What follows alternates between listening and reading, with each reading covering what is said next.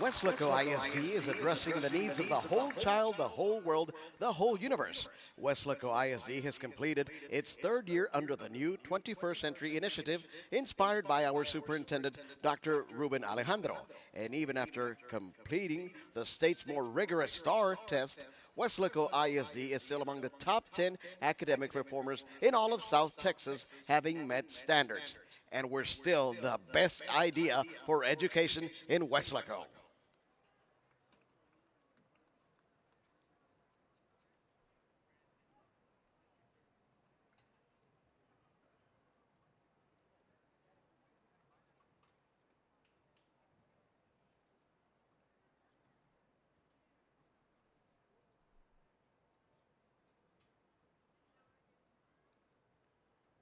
Ladies and gentlemen, kindly stand and remove all headgear for the presentation of our colors, being conducted by members of the Weslaco East High School Junior ROTC.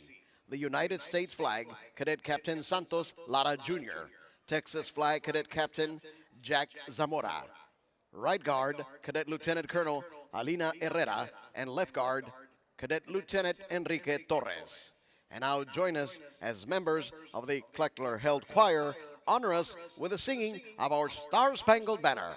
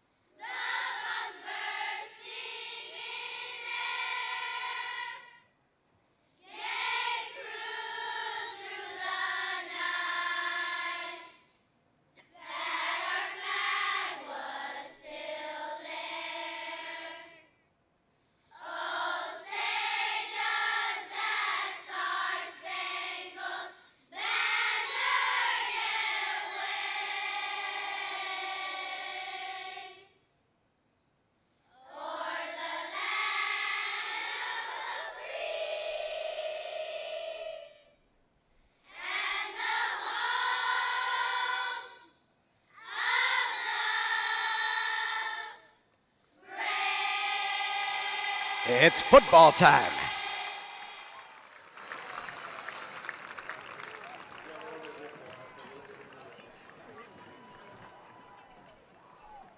Okay.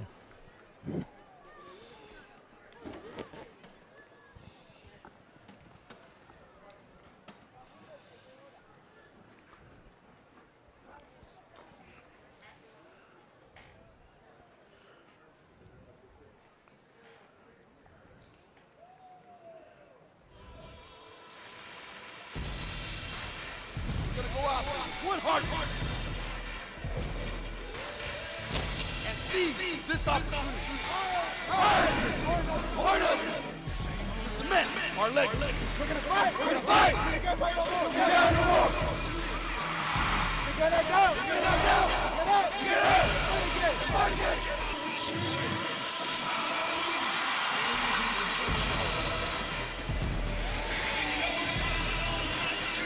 We are the East Side, and we are the strong side.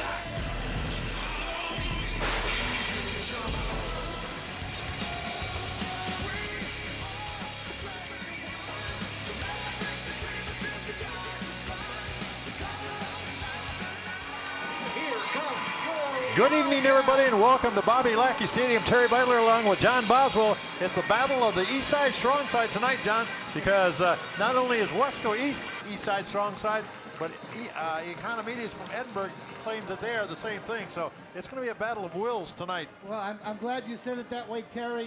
Claims. There is only one. There's the original. It stems from Remember the Titans and Donald Moore, Right. and about 10 years ago, Eastside Strong Side was created at Weslaco East High School. They played Victoria East a few years ago. Right. And they say East Side, Beast Side. But Economedes is... So they're the pretenders tonight. They're the pretenders, the least as far as that goes. Now, one thing, both teams are undefeated in district, but Economedes is coming off the bye week, so it should be an interesting football game because, well, I don't know. It'll be a good challenge for Weslaco East here tonight. Well, East hasn't played in 8 days, and Economedes hasn't played in 2 weeks. So this will be Orlando Ramirez kicking off for the Wildcats. The Wildcats won the toss, deferred to the second half, and Economedes chose to start on offense. We're just about ready to go here as everybody's lined up and waiting for Ramirez to boot it away from the 40-yard line. And here we go. Play underway. Weslaco East and Economedes into the end zone and out. It goes. Good kick that time by Ramirez. And so the Jaguars, who are also a cat, will be bringing the ball out to the 20-yard line. Well, there are a lot of cats in District 3168. Well, the thing I like, the most ironic thing is the two feeder schools for Weslaco East are Mary Hogue and Cuellar, and they happen to have the Jaguars and the Wildcats as their mascots. So interesting. Right, there's some ex-Jaguars out there playing the Jaguars. So here we go. Let's see who the quarterback. We don't know too much about this team. It looks like it's number 4, Jesse Gonzalez.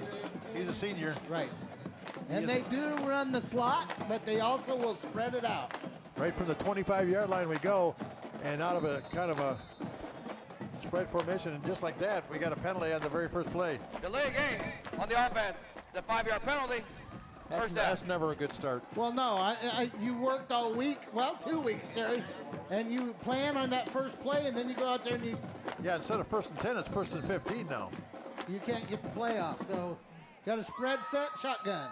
Here we go. Gonzalez, the quarterback. Got a couple guys back there with him, and we'll pick those guys up in a moment. He's going to keep it himself. A quarterback keeper going wide out to about the 17-yard line and dragged out of bounds is he. That's J.C. Vargas, right. Number 15 out of the secondary, sophomore. So Jesse Gonzalez on a quarterback keeper. Lead blocker, number 27. Right, 27 is Alan Arredondo. Yep. Yes. So I would expect he'll probably run a few times tonight, but right now, Jesse Gonzalez, the quarterback. So we've got... second down, about 12. Yeah, well, longer than that. He's going to throw under a lot of pressure, and you got a man over. Oh, did he drop it, or I don't think he just caught it. He was covered there by Marcus Costers, number 37, but he did drop it, but it was up in the air for I a believe second. I believe that was number 24, Chris Izagiri. And I believe you're correct. Yep, okay. So we're going to have third and about 16. Well, yeah, you're right, about 3rd and 16. Oh, what a pass rush. And here comes the rush. They're going after this quarterback. And he's running for his life back there at about the 5-yard line. And here he goes to the outside, to the 15. Oh, is that a block in the back? I don't think so. That was a good block delivered by somebody up the field. And he just got back to the original line of scrimmage, so that's going to bring up a 4th down. But the Wildcats, Terry, almost everybody in their front 7. Yep. Number 20 has a shot. Number 64. Yeah, he overran him. And let's see where he's at. He's up to about the 10 and out of bounds. Did he bring it up to the 25-yard line? About the 27. Yeah. So I would say it's going to be about 4th and 7. 4th and 7. Yep, 4th and 7. Punt formation, Terry. And we'll get to the punter here in a moment, but just like that, it looks like there might be a timeout. Yeah, there may be. Timeout. Economedes. So 11:30. We haven't even played a minute yet, John. 11:13 to go in this quarter. I can't believe their coaches may be talking about going for it with this field position at this point in the game. But that's got to be what they're doing unless they were short a man. Well, the Economedes coach, again, is an old friend of ours from Weslaco. He was here just before he got the job in the Economedes. Gabe Pena, who used to work on the Tony Villarreal staff. Yeah, maybe they just do not want the Wildcats to have the football. How about that guy out of state? He punted once in 2 years. Yeah. Looks like they're going to stay with punt formation. Yep. So the line of scrimmage is the 28-yard line. You got Cito Rojas and J.C. Vargas back Right. deep to receive the punt. High snap, and he's scrambling for it. Almost block it, but a punt to the 50-yard line. Oh, and Weslaco kicks it, but luckily they got on the ball. Wow. That could have been a huge That mistake. could have been a disaster. That's a heads-up play by I'm not sure who touched the ball, but Cito Rojas. did Rojas Tried to handle it on the bounce, and Luis Aguirre saved 20 yards right there. And a possession of the ball. so Weslaco East is going to take over on the ball on about the 43, Terry. 43-yard line. Yep, on the 43. Looks like Lefevre coming in at quarterback. Which we know is Lefevre is a passing quarterback, although Cyril Rojas is in there the as the backfield, I-back. yes. So is he going to get the start tonight over Emilio Thomas? I don't know. Well, I was Yeah. told Pitch back to Rojas, that Emilio was well. 40-yard line, 35, and falling down to Cyril Rojas. But, you know, Rojas, the first play of the game, a couple of times, he's either thrown a pass or been on the receiving end of one. So he comes Watch on this. Watch this. Get the camera on the field. Yep.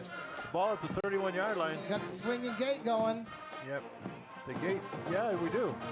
31-yard line, 30, and down to about the 27.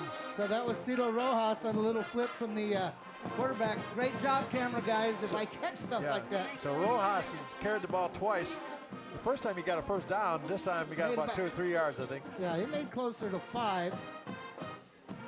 As we look at some of the coaches talking to the players over there. So you got big Richard Lefevre, Richard Lefevre. the transfer from Ben Bolt, one of my favorite schools. I love driving through that little town. Oh, yeah. So Lefevre in the backfield about 5 yards back. And he hands off. 25, 20, 15, 10, 5, touchdown, Emilio Thomas. He didn't look Speaking of Emilio, first time he carries the ball, he takes it in about 27 yards. Right, and last week against PSJ Memorial, Terry, he had 2 carries. His first carry is a 55-yard touchdown. I know, I saw that, but yeah, first carry tonight, he got right behind his blockers, and then he just accelerated. Nice job up the hole by Jonathan And the Economedes couldn't Boldness. find him. And we have Orlando in to kick the extra And point. the extra point attempt is up and through the uprights and good. So we have played minute 57. Actually, there's 10:03 to go in this first quarter, and Weslaco East has drawn first blood here against the Economedes, 7-0.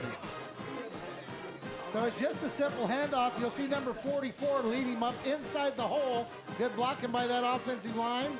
And Emilio's in the secondary. When that happens, he's gone. Well, let's give credit to Jonathan Bullness, who, like you said, threw that block. Right, nice job up inside the hole on that counter play. And there's no way they were going to catch Emilio. Yeah, well, you know, people had questions if he was well. Why didn't he play last week?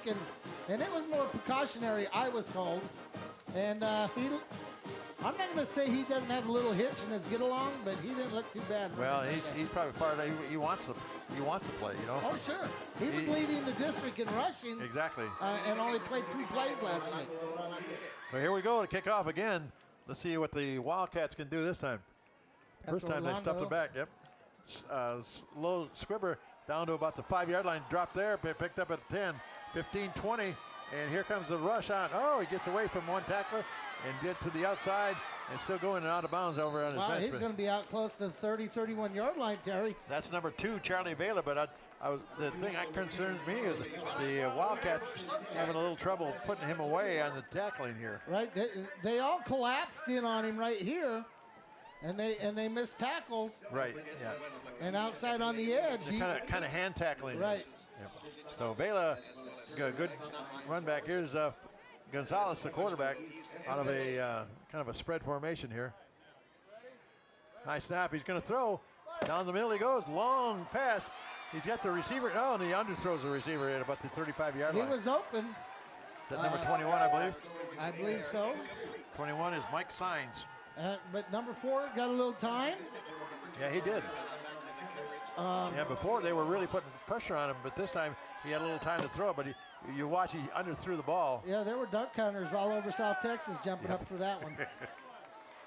In motion, they're going to give the ball to Vela, number 2, and this time though the Wildcats wrap him up. Wow, I would love 78 there involved. That's Angel Almanza amongst Others. Almanza on the top, but Vela, number 2, got the ball on a kind of a, and the Wildcats were waiting for him. Marcus Cosras, number 59, I believe, is. He might have got him on the run back, the kickoff return, but not that time. Martinez. Here's a rush put on, and down the field they go, and almost intercepted by the Wildcats. Cito. That's Cyril Rojas, but Cyril stepped in front of that one, but it was almost a turnover going the other way. And it's going to be another punting situation. Now watch this. Now watch the quarterback, Gonzalez, and right in front of him, Rojas came close. Oh, yeah. To the interception. He wants to kick well, that ball. He had a monster game last week, didn't he? Oh, yeah. Yep. And the kick our way. That's kind of a nasty punt. That's going to go out. Remember the last time we bumped it a little bit, but the way this kicker is going, I can see Coach Burgett put an all-out rush on this guy and blocking one. Yeah, well, he only took that one just, to the 48-yard line, Terry, so 52 yards away. Right. Yeah, anytime you can get the football at maybe the 40-yard and above, you get a short field. There's only been, 2 minutes and 54 seconds. Exactly, yeah. Disappear from the clock so far. So Weslaco East leading 7-0 over Edinburgh Economedes. In the backfield, I think that's J.J. Garza, or is it Cyril? It's Cito. No, Cyril Rojas. He's going to keep it, you're right.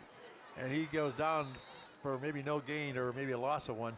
But Cyril Rojas out of the Wildcat formation that time. Yeah, you've got to figure out as a defense. Yeah, there's 3 guys that play quarterback here. Right, which one's in? And just because they're in, you're going to say Lefevre's in, they're going to throw? Well, they handed the ball off to Emilio. Exactly, yeah. For a touchdown. Well, as long as you got Emilio Thomas, you break one through the middle there, he's going to take it all the way. Doesn't matter if it's 40 yards or 50 yards. He's got the capability of going all the way any play. A little movement that time. Handoff. Trying to get wide, but good stop by Economedes. Number 45 for Economedes jumped through the backfield. Well, they Fernando Chila. They came in statistically as the #1 defense in the district, but they'd only played 1 district game. Right, so we've got 3rd and very long. You're right. The line of scrimmage was about the 42. I'm going to say it's about 17. Is it that much? You agree with the First Lady of K-West. Darlene. Yep, she's doing our graphics She's tonight. back. We're happy to have her back. So we're down to under 8 minutes to go here in the quarter. And Lefevre at quarterback. He's going to roll back. Screen. Big rush put on. Yep, over the middle he's got a screen, but there's all kinds of coverage on that screen. The Economedes Jaguars covered that one well. Yeah, they didn't buy that. That was intended for number 15 for Weslaco. That's J.C. Vargas. J.C. Vargas. Yeah, they didn't buy that at all. So now you're going to see the most shifting on a punt formation you've ever seen in your life. So here we go. Weslaco East is going to have to punt the ball away to the Economedes Jaguars. And yeah, at least we assume that's everybody's shifting around a little bit. Again. Kind of like the old single wing. So I think that ends up being Jesse Trevino back snap. there. Oh! And a good kick down to about the 35-yard line. Well, that's going to be 15 yards and an automatic first down. Well, did he knock the kicker down? Knocked him down. I thought he was going to block it. Personal foul. Roughing the punter. There you go. On the defense. We'll take the It's a play. 15-yard penalty. Automatic first down. You know, Jesse Trevino's the starting tight end. And so that's a big, solid kid. But that was a big break for Weslaco East because it was a high snap. But yeah, they really knocked the kicker down. I thought for sure he was going to block it, but well, Terry, he didn't act like he knew he could block it. He was going just to get a hit. I guess they don't know how to block. They don't block them as well as they used to. I remember I blocked 2 in one game. All I did was throw myself out in front of a target out in front of the kicker and got lucky a couple times. So we got J.J. Garza in a new formation. Yep, J.J. And there's a fullback. Hand off down to about the 40-yard line or so. That might be Tyler Carness under there. No, it's Roy Pedraza, number 5. Yeah, what is he doing? I didn't know he was a running back. I thought he plays a little bit everywhere. I thought he was a defensive player, but I think they're trying to give Coach Pena and the Jaguars a little bit different look after that touchdown because they scored that first touchdown real easy. Yeah, they busted that open. And so Economedes is going to have to adjust to it. Here we go. The ball is about the 41-yard line. And a pitch out to Thomas, and he's trying to get wide, but they really covered that one well as well. Yeah, Economedes obviously has said in their game plan, these guys may beat us, but they're not going to beat us with a sweep. Well, they beat Weslaco East to the short side of the field, and Thomas was looking around for somebody to little help that time. Yeah, they got about the whole world over here for Economedes trying to make a tackle. So now we're at 3rd down and 7, and let's see what goes on here. Well, you're still in the We eye. got J.J. Garza is the quarterback, and he can run it too. Good movement by a lot of movement by Economedes. So let's see if they were drawn off or they actually just jumped off. It's going to be 3rd and about a yard. 3rd maybe. So this will be off. So you're thinking this will be offside against Economedes? Oh yeah. So they were not Before the drawn. snap. Offsides. Okay, on the I agree. defense. Defensive tackle may tackle. 5-yard Sometimes penalty. you're drawn Makes offside, 3rd but down. not that time. Well, they were drawn off sides because you cannot listen. You know, you teach a defensive lineman to watch the hand of the offensive line, watch the ball, and you come up there and go, hut, So the ball is at the 37-yard line. It looks like it's going to be 3rd down and about 2, I think. And what's JJ like to do on 3rd and 2? Well, last year I'd have told you a quarterback sneak, but maybe not so much this year. Well, guess what? I'll bet. Okay. Nope. Handoff. Blast the Tom And well, he got nothing. Not a thing. Nope. That was Thomas, but I'm just saying they're going to have to find something a little bit more of a variety to beat this defense because, like I said, the first time down the field, I don't think the Jaguars were ready for it, but they appear to be ready now. They're going for it on 4th down, Terry, Right. but you know what? Economedes is daring East to throw. They're playing man-to-man defense on the one receiver they got wide. So here we go. Garza pitch out. And cut back against the grain. 40, 35. He's going to be close, but Boy, awfully close, Terry. some of the Wildcats are motioning 1st down, but Guess what? So did the man in the white hat. okay. Well, that's the only guy that counts. He just did it right But there. look at the cutback by Thomas. And That's big right there. He barely got the 1st down, but that was one of their better runs in the last series or so. It really comes down to who's blocking and who's not blocking, you know. Well, most teams don't think you're going to go wide on 4th and 4. Inside, my inside goodness. handoff, and he got stuffed. Is that Roy Pedraza again? Yes, that I know, is. yep, Number Ray 5. Pedraza. You know, back in the Weslaco Thunder days, Roy Pedraza played both ways. He played fullback on offense, and the tailback for that Thunder team Well, was yeah. the starting quarterback at Mercedes. Oh, okay, Renee. Gomez. Oh, Gomez, okay. Yeah. But, Didn't you say Renee Prestis was at Weslaco East for a while? oh, yeah. He was there for a month. So maybe. Lefevre's back in the game at quarterback. We got 2nd down and about 10 or 11 here. And Lefevre calling signals. Pop pass. He's going to throw it. He's got a man. Oh, yeah, the man wide open. And, boy, I tell you, he would have beaten the defender for a touchdown, but the pass was just off his fingertips that I time. believe that was Jonathan Bolness, Okay. the tight end slot. Lefevre just put a little bit too much smoke on that. If he would have kind of put some touch. Well, that- Burgett is using the aggressiveness of Economedes, trying to use it against him. well, like I said, they're daring East to throw the ball. Exactly, yep. Well, East can throw it, you know. They can, but when you get that many guys in the box, you're going to get pressure in the backfield. But I'm looking at some point to see if Cyril Rojas is more involved here as well. So Lefevre, Here comes the blitz. and over the middle he throws the ball. He's got a wide open receiver, and once again he overthrows him. Guess who? That was Rojas.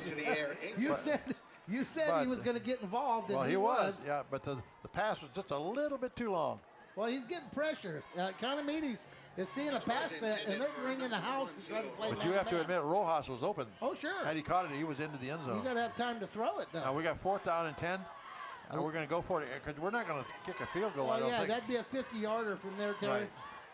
And even though kickers made a 44-yarder this year, Just go for 50's a pretty good just kick. go for the 10. Oh, sure. And Lefevre, again at quarterback, looking over at the sideline. You only have one defender out there on 2 receivers. Man in motion, takes the handoff. Nope, we got somebody made a move. Okay, there's either going to be 5 one way or the other. Either there's movement or movement. Prior to the snap, false start on the offense. So It's a Wes- 5-yard penalty. Remains 4th down. Weslaco's looking at 4th and 15, but they'll still throw the ball, I'm sure. Well, he might punt, but I don't think so. Yeah, he's going to punt. Oh, is he? Okay. He had a play for 4th and 10. 4th and It- 15 is a tough play. Isn't Lefevre also the punter?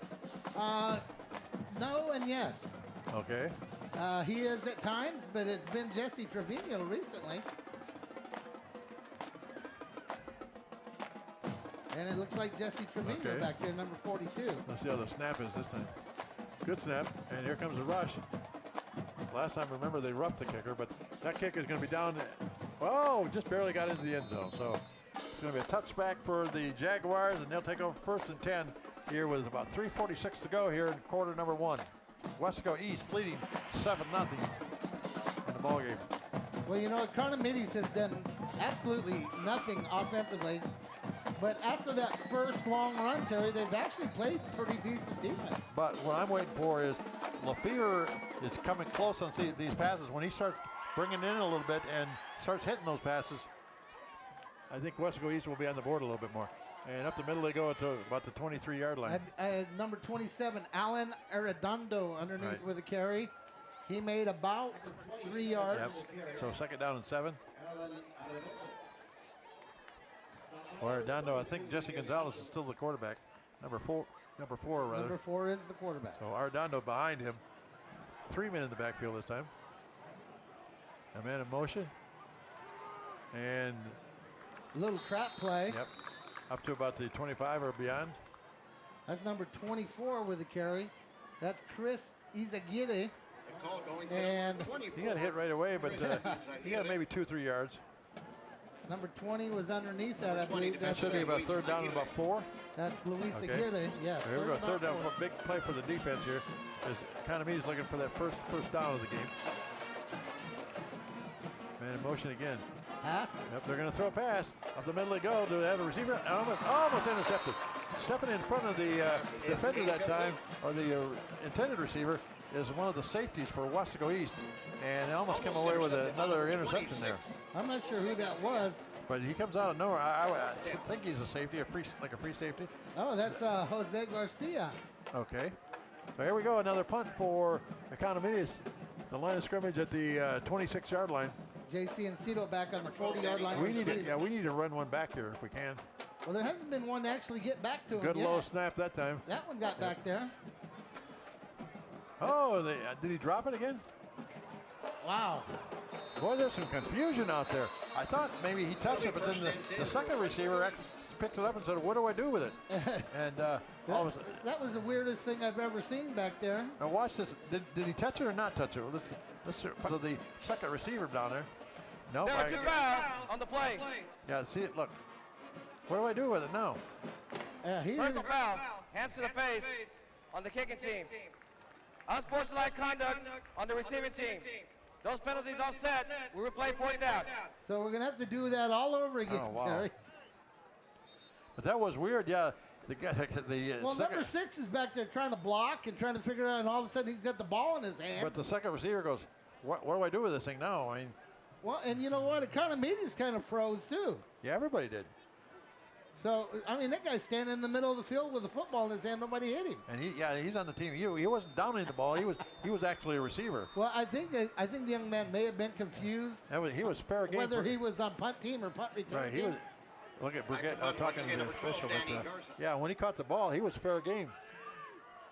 Yeah, I'm sure he's asking what was the offsetting, because the young man that got hit in the face retaliated and got a personal foul. Okay, that's what happened. Yeah, so, one led to the other. Let's try it again. We'll try from the 26-yard line.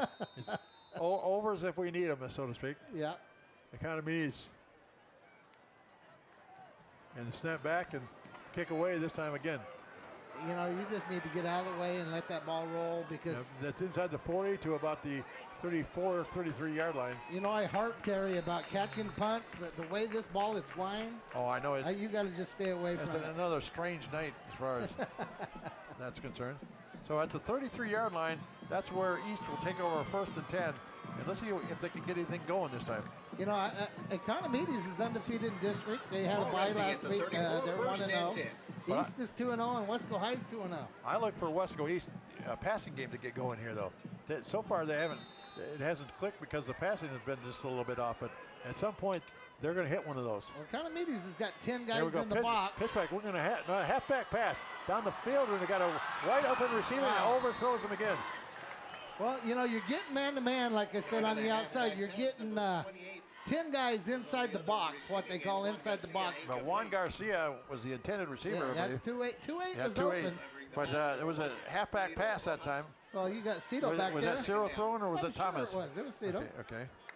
But one of these plays has got to kick or click. Pitch out to Cyril. And again, he's thinking about passing. 30, 35, 40, 45, there he goes, 50. Cut back against the green. He's gone. To the 40, 35, he's going to be pursued, but he's down to the 20, and down he goes. That's going to come back a little bit. Almost a late hit on it. Terry, we have a penalty at about the 33-yard line and a penalty flag on about the 48-yard line. There's penalties all over the place. Okay. But Cyril Rojas made a nice run out of it, but 45 for Economedes actually ran him down from the back end. You can watch him come across, but Cyril went down to the 20, but we'll see. Holding on the offense. Is a 10-yard penalty for the spot of the foul. Remain second down. Okay. Okay, so you're going to go all the way back to about the 48-yard line. Then you're going to go back 10 yards. So it's going to be second and about It's not going to be 10, I don't think. 6. So overall, in essence, he gained about 3 or 4 yards. Yeah. But it's too bad because that was one of the big plays of the night for the Wildcat offense. So it's going to be second and 3, Terry. So. But you know, it almost looked like he was going to pass the ball again, Well, the way he was handling the ball. But then he decided to tuck it under and run. Well, right now the defense can't be sure Exactly. on what he's going to do. So the ball at the 42-yard line, they need to bring it out to about the 50 for a first down. J.J. Garza going to run it at quarterback. Looks like we're going to get a timeout. Maybe the clock didn't get set correctly. David D. Canini, is he the center? Yeah, David Decanini, his brother Jerry Decanini, Right. is center the last 3 years.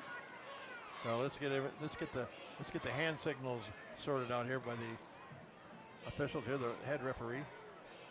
Now we got second down. Second down and about 2. Is that about it? Yeah. Oh, okay. It's right straight across from me. Okay, here we go. And all kinds of movement again. Got him off sides. It's going to be first down. So they saw that play. It's going to probably. There's been a lot of penalties here in this first quarter so far. Well, it's First snap. Offsides on the defense. It's a 5-yard penalty. First down. You're right, John. It is first down. well, you know, that's just the staple of the offense. If you're listening to the quarterback against East, you're going to get yourself in trouble. Right, exactly. You have to be disciplined and wait for they're the movement. masters of the snap count. Oh, and then the Yeah, referee. and one over here there. The referee leaves the whistle on. I believe this is a K-West production, and we're going to be Right. on 956 Terry, and I believe on Valley Central. Ball at the 47-yard line, and they're going to run up the middle. They go 50, and that's about it. 50-yard line. Yeah. Goes Cyril Rojas. Yeah, they stick him back at quarterback. You've got to have a roadmap to figure out where Cito is. Here comes 44 around. I haven't seen Tyler Carden out in front blocking tonight. Well, he's been in the game a couple of times, but they haven't really ran anything out of those. There's another guy that formations. could run the football. I mean, just slip him the ball. Maybe they're not looking for him. We got somebody on the field that looks like an Economedes. Okay, we have Player. 1:13 to go here in the first quarter. Still in the first quarter, and it's still the Wildcats 7, the Jaguars nothing. We, the pastors, would like to bestow upon all here present, especially our visiting guests, God's blessing and protection. No matter what colors we wear to represent our teams, our God sees us all the same, for we are His loving children. We urge you to rekindle the fire of your faith, and we want to express to all the people of Weslaco our sincere gratitude for all your prayers and support. May God the Father, the Son, and the Holy Spirit bless you all. Go Wildcats!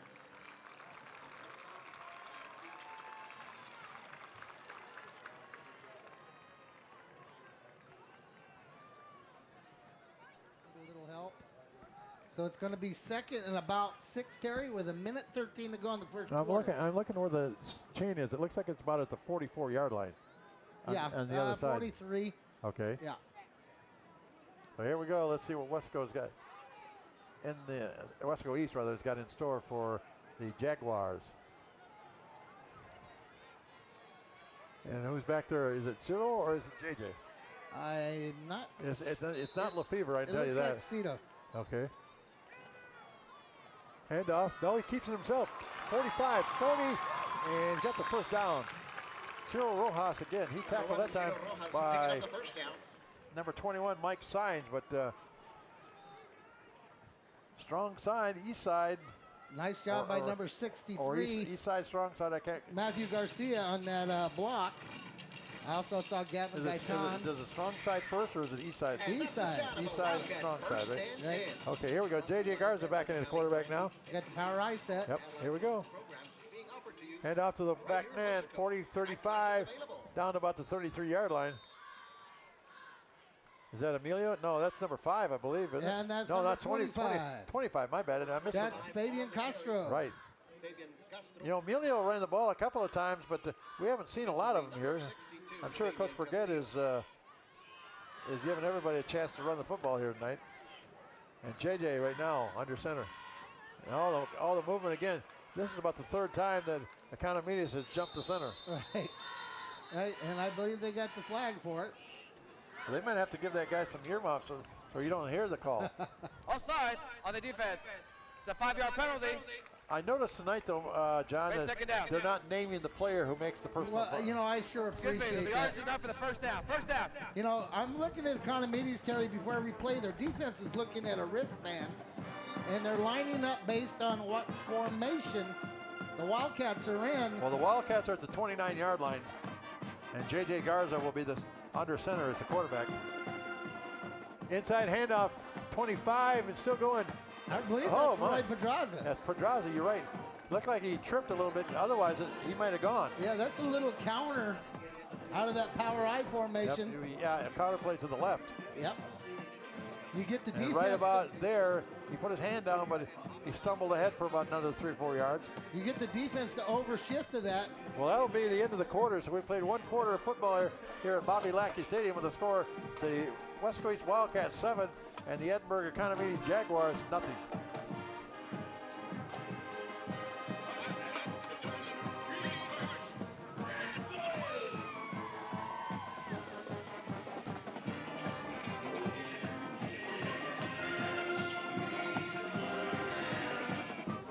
Well, John, we're here tonight with a full K-West crew. Good to have Darlene back at the helm of the graphics tonight. We also have Julian Oliveras upstairs, along with Mario Palacios and Joe Leal and a few others. Yeah. And we'll get to them in here in just a moment. So we start the second quarter from about the 18-yard line, and here goes a little movement by both teams this time. Yeah, that one might end up coming back to bite the offense. Exactly. Yeah. But our camera guys again. Prior to the snap. Ball start on the offense. It's a 5-yard penalty. We got Don Remain first down. Ramirez and Val Zamora and Rafael Cavazos And Amadeo. and Amadeo. And I got our new buddy over here, Mike Now, Mike Gonzalez. Gonzalez, yeah, he's helping out. He's upstairs working with So- Marco Hernandez over in the I don't know. I don't announcers think we've lifted anybody out from K-West yet tonight, but and next door we got the student production for Yes. Joey Cavillo and his bunch. Yeah, they're And doing their own little did broadcast. you say 956 is in the house? Right, as well? 956 John Cannon I saw, Okay, and yeah, somebody he- from Channel 4. Yep. Inside handoff, 25-20, and knocked down is Pedraza, I believe, again. Yeah, he got back about to the line of scrimmage at about the 19. So Pedraza's getting more handling of the ball tonight than a lot of these guys. That's about the 3rd or 4th carry already. Well, you know, that's got to be a nice feeling to have a guy like Emilio Temez, and what's he had? Maybe 3 carries, Terry? Here he comes back in the Right. ball game. Yeah, he's a good man. He's a good man to bring in He once is in a while. not 100%. If you watch him run, Right. he is not 100%. But when he gets loose, though, he's still as fast as ever. Oh, sure. So J.J. Garza, again, the quarterback. And handoff, 25-20. And down to about the 15-yard line, or maybe inside the 15. You know, when Emilio takes the handoff, Terry, it's like a different speed. Yeah, you just wait for him to break it. Watch this acceleration. He uses straight arm, gets brought down. You're going to be 3rd and about 4? Well, they say 3rd and 11, but I know that's not the case. 4 or 5? 3rd and 5. J.J. is looking over at the coach Burgett to see what they're calling here. He's got plenty of time. Either He's that got or- 15 seconds. Yeah, he's taking some time off the clock here. Just underway in the second quarter. Handoff, second man through that is Thomas, I believe, is it? Yes, that was. Yeah. And there's Tyler Cardenas, the lead blocker that time. You know, he kind of cut that back into a headache this time. Defensively, again, number 7, Albert Preciado. So where do we have to go to get that first down? I'm looking over The there. 8. Okay. And we're on about the 11. Right, so we got about third down and Looks 3. like it's going to be a field goal. Oh, fourth down and 3. Fourth down, about 3 yards. Field goal time. For the first down. I didn't realize they got up to fourth down, but here we go. Here's a man with those green shoes. So you got Roy Pedraza snapping, Cito Rojas holding, and Orlando Ramirez Yeah, that ball is. with a kick. Yeah, the ball is at the 18-yard line, so this will be a 28-yard attempt. The kick is up. He And- might have pushed it right. And he did. Yeah, he did. He pushed it right.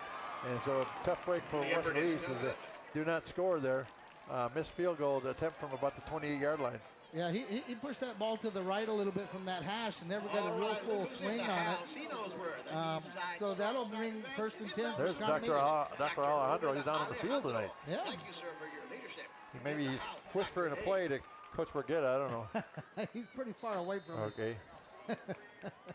Well, he's down on the. Is he down on the goal line? Or? Yeah, he's on the Okay. south goal line. Okay. Uh, Well, here goes Economedes at about the 20. Here comes their student And body yep. sweep. Yeah, and there's. I don't even know if he's going to make it to the line of scrimmage. They And, throw out of bounds a there's little going to bit. be a holding call, I believe, on Economedes to go along with it. That was number 25 on the run, Michael Medellin, but he never even got back to the line of scrimmage, I don't think.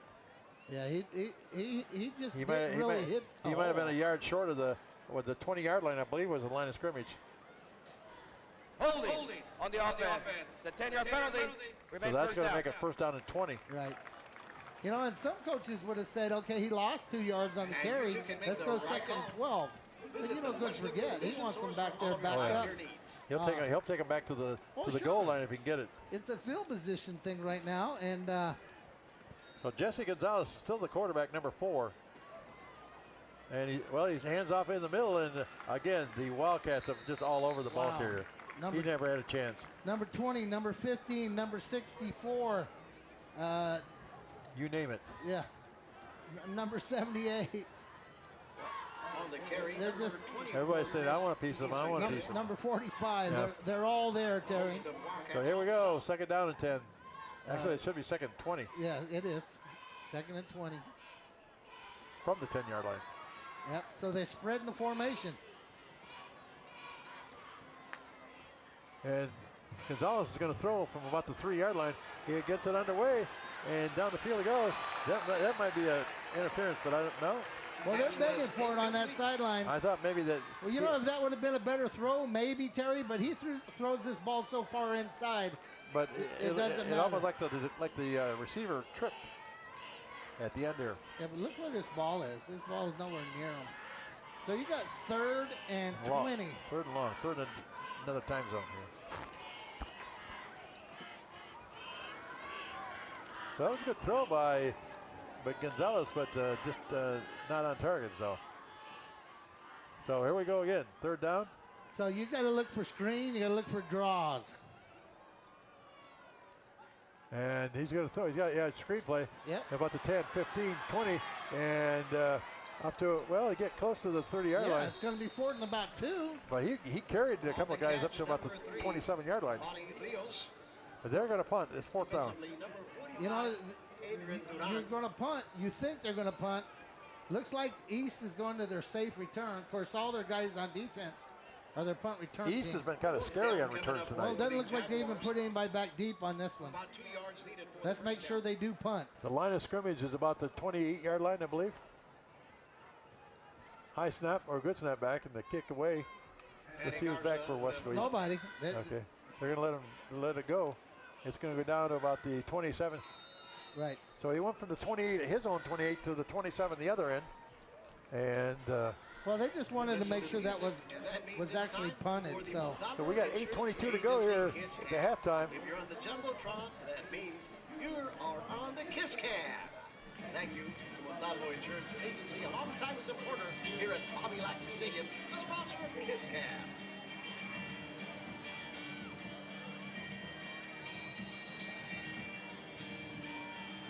So here comes the Weslaco East offense. Remember, the last time down they took it down the field but missed a field goal. looks like Lefevre, quarterback. Okay, 27-yard line. Fleaver, yeah, he's back there calling signals. Now he fakes the handoff. He wants to throw. He's got a man down the field and almost intercepted. He threw it a little bit short to the receiver that time. One of the Edinburgh Economedes defenders jumped in front of him, but it was overthrown over his head as well. Well, he had pressure from the play fake to the outside, almost immediately pressure on him. So, you know, right now, East is just not moving the ball at will. He's going back in. He's got his play from Coach Burgett. And let's see what they got going here. He's for some reason, he's been off on the passing a little bit tonight. He hasn't been sharp as far as hitting his receivers. Well, he's getting some pressure. Handoff and thrown down at about the 25-yard line. That's is Emilio Thomas. Yep. Right now, Economedes has got them outnumbered at the point of attack. So no gain, 3rd down and 10 for the Wildcats. And East hasn't really established anything yet. They've had 2 good drives. The first drive was a touchdown. The second drive was a missed field goal. Right. Cyril Rojas is in the game. Let's see what he does. And so is J.J. Garza.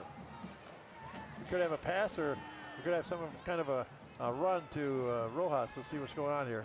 I formation, a man in motion. Rojas trying to go, cuts up against the grain. He didn't get much. Maybe got back to the line of scrimmage, and that's just about it. If that. So it looks like it's going to be deep in Yep. Economedes territory. 4th down, about 9 maybe. So yep, Weslaco East is going to have to punt the ball from back there. So it's been a defensive battle for most of the night. Only the first possession was a Weslaco East touchdown, but after that it's been nothing. Yeah, big explosive play early, and since then it's been pretty consistent. So here we go. Like Jesse Trevino again ends up back deep. So a good snap back. Here comes the rush. But the kick is way up to about the 50-yard line. And a good bounce for the Wildcats down to the 40, inside the 40 to maybe the 35. 35. Yep, 35-yard line. So a good kick by Jesse Ramirez, you say? Trevino. Or Trevino, my bad. Number 42. And so Weslaco East defense now takes over. And the defense has been pretty strong so far tonight against Economedes. I don't think Edinburgh Economedes had that many first downs, have they? I don't know that they've had any. They might not. Yeah, they came close to that last play, but close doesn't count. Only maybe in horseshoes. Hand grenades. Yeah. There's a couple of things. So here we go, 39-yard line, and that's where Economedes will take over the ball. Spread formation a little bit. Gonzalez, the quarterback, number 4. And he's going to throw. Got a receiver out here. And hit him on the knee, Ted. hit him on, either that or he hit the turf first. I believe that hit him on the knee. Intended that time for Boney Rios. Not Tony, but Boney Rios. Oh, yeah. I know that name from track, I believe. He's not related to Boney Maroney, is he? It could be. B-O-N-Y. You remember Boney Maroney? Yeah. Like a stick of macaroni, something like that. I don't know if you go back that far. That's an old 50s tune. And we're not going to break into song. So. Not me. So here we go, Gonzalez. That didn't look like... No, a handoff, and no, he's going to keep it himself. But he's running for his life as he goes left and goes almost into his own bench. You know, he ran himself out of bounds Yeah, for he did. about a 4-yard loss, Terry. He said, guys, give me some help. I'm going into the bench. So He faked the handoff. I don't know if he meant to hand off, but either way, he was trapped. And here comes the pursuit by the Wildcats. number 22, Miguel Santos, are sitting where he wanted to run the ball. Yeah, number 45 out there chasing him as well. Unbelievable. So is this third down, I believe. That was Adrian Duran, number 45. That was a good job by the Wildcat defense. So the ball is at the about the 35-yard line. Third down here for Economedes. Drop back to throw is Gonzalez. Over the middle, he's got a receiver wide open at about the 50. And still on his feet at about the 45-yard line. And that is Charlie Vela, I believe, number 2. Wow, he was wide open. Oh, yeah, he was. And they finally hit a pass. They've thrown the ball a few times, but that's the first pass. Well, he had time also. Yeah, he did. But right over the middle he goes, and here comes Vela. And here come the Wildcats in pursuit. J.C. Vargas, number 15, on one of the tacklers. So first down and 10 for Economedes here. That might be the first down of the game. The ball at the 44-yard line. And here's movement by Weslaco East. So the Wildcats, instead of the Jaguars, are going to be called for... Full snap. Offsides on the defense. Wow. It's a 5-yard penalty. Remains first down. This is Economedes' biggest run of the night as far as, now they only got it down to the 39-yard line, but this has been their best. Oh, yeah, the best drive so far. Yep. You know, we've got 5 minutes and 55 seconds to go in the half, and Economedes has found a little life out of the spread set. So Coach Pena got his boys moving right now. Ball at the 39, 1st and 10. And again, Gonzalez over the middle. Whoa. Oh, he just overthrew the pass. And they bumped the receiver down, but that's going to bring up 2nd down. Actually, that was 1st and 5, I believe. Yeah, 1st and 5 is going to be 2nd and 5. Yep. Now, you got to be careful nowadays when the receiver is coming inside and you hit him. That's not a grandkid, is it? Mine? No. I don't have any grandkids. Okay. Mine is too old for that. And I'm too young to have grandkids. Oh, you know. I got a 20-year-old grandson. Jeez. I barely have 20-year-old And I know kids. he would love to be out here. He's a professional rugby player. Okay, movement on the offensive line this time. That's going to take it back to 2nd and 10. Conscious snap. Ball start on the offense. It's a 5-yard penalty. Remains 2nd down. So, you know, this has really been a rough game penalty-wise. And they're all legitimate fouls. You know, sometimes you go, what are they calling? Well, you know, all that movement is obvious. I mean, But here we go, the ball back to the 44-yard line. It should bring up 2nd down at about 10. right. Right back to the original line of scrimmage here. And Gonzalez, number 4, he's going to throw again. Looking to his left, now down the field he goes. Got a long one, and he just overthrows the receiver. He's got time right now, Terry. He tried to hit number 3 again, Boney Rios. But you know, the Wildcats, there wasn't that much of a rush put on that time. That's why maybe there was more people back. It looks like there was about 3 or 4 black jerseys back there where the receiver was. He tried to hit a deep one right there. 3rd and 10. Well, neither quarterback is threading needle tonight. Oh, yeah. They're trying to pass, but nobody has caught fire with the passing game yet. You know, last 3rd down, we talked about watching the screen, and they threw one. Yeah, exactly.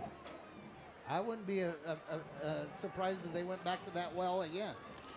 Here we go. Yep, they got a kind of a cutback screen, or what do they have a name for that? Jailbreak, tunnel screen. Right, jailbreaks. Yeah, there's a bunch of names for it. Okay, I'll be careful about saying jailbreak tonight. Oh, yeah. But, you know, that brings it to 4th and 10, Terry, and they went from the best drive of their night to punt formation.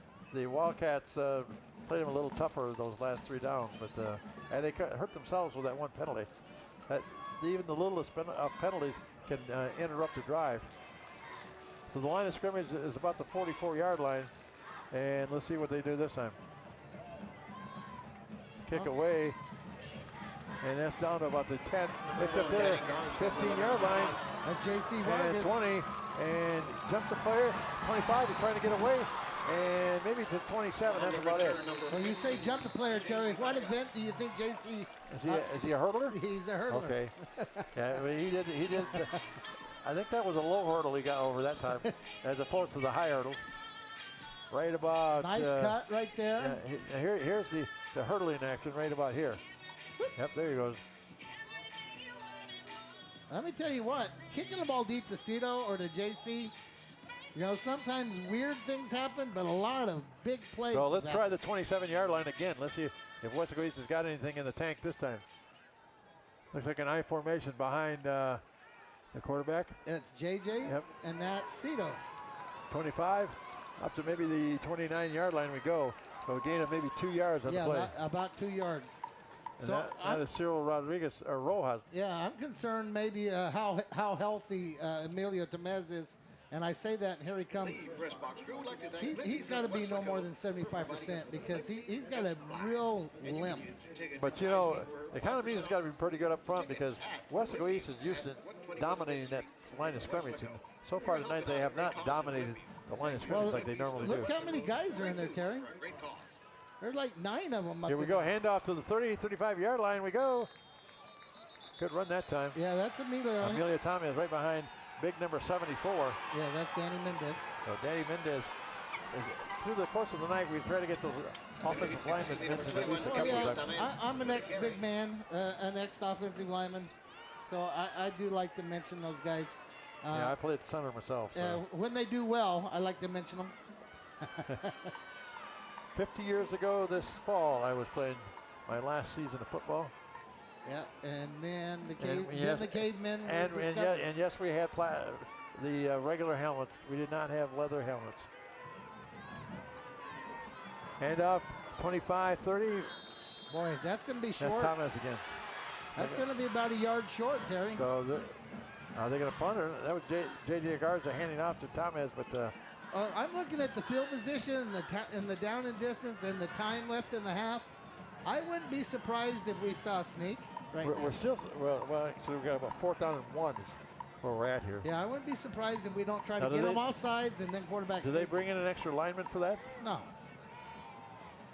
I think I would bring Lefevre in as an extra back there. I mean, just to lead the charge up there. Economedes. Looks like Economedes wants to talk about it. But that's the possibility. Bring Lefevre in as a kind of a tight end type of.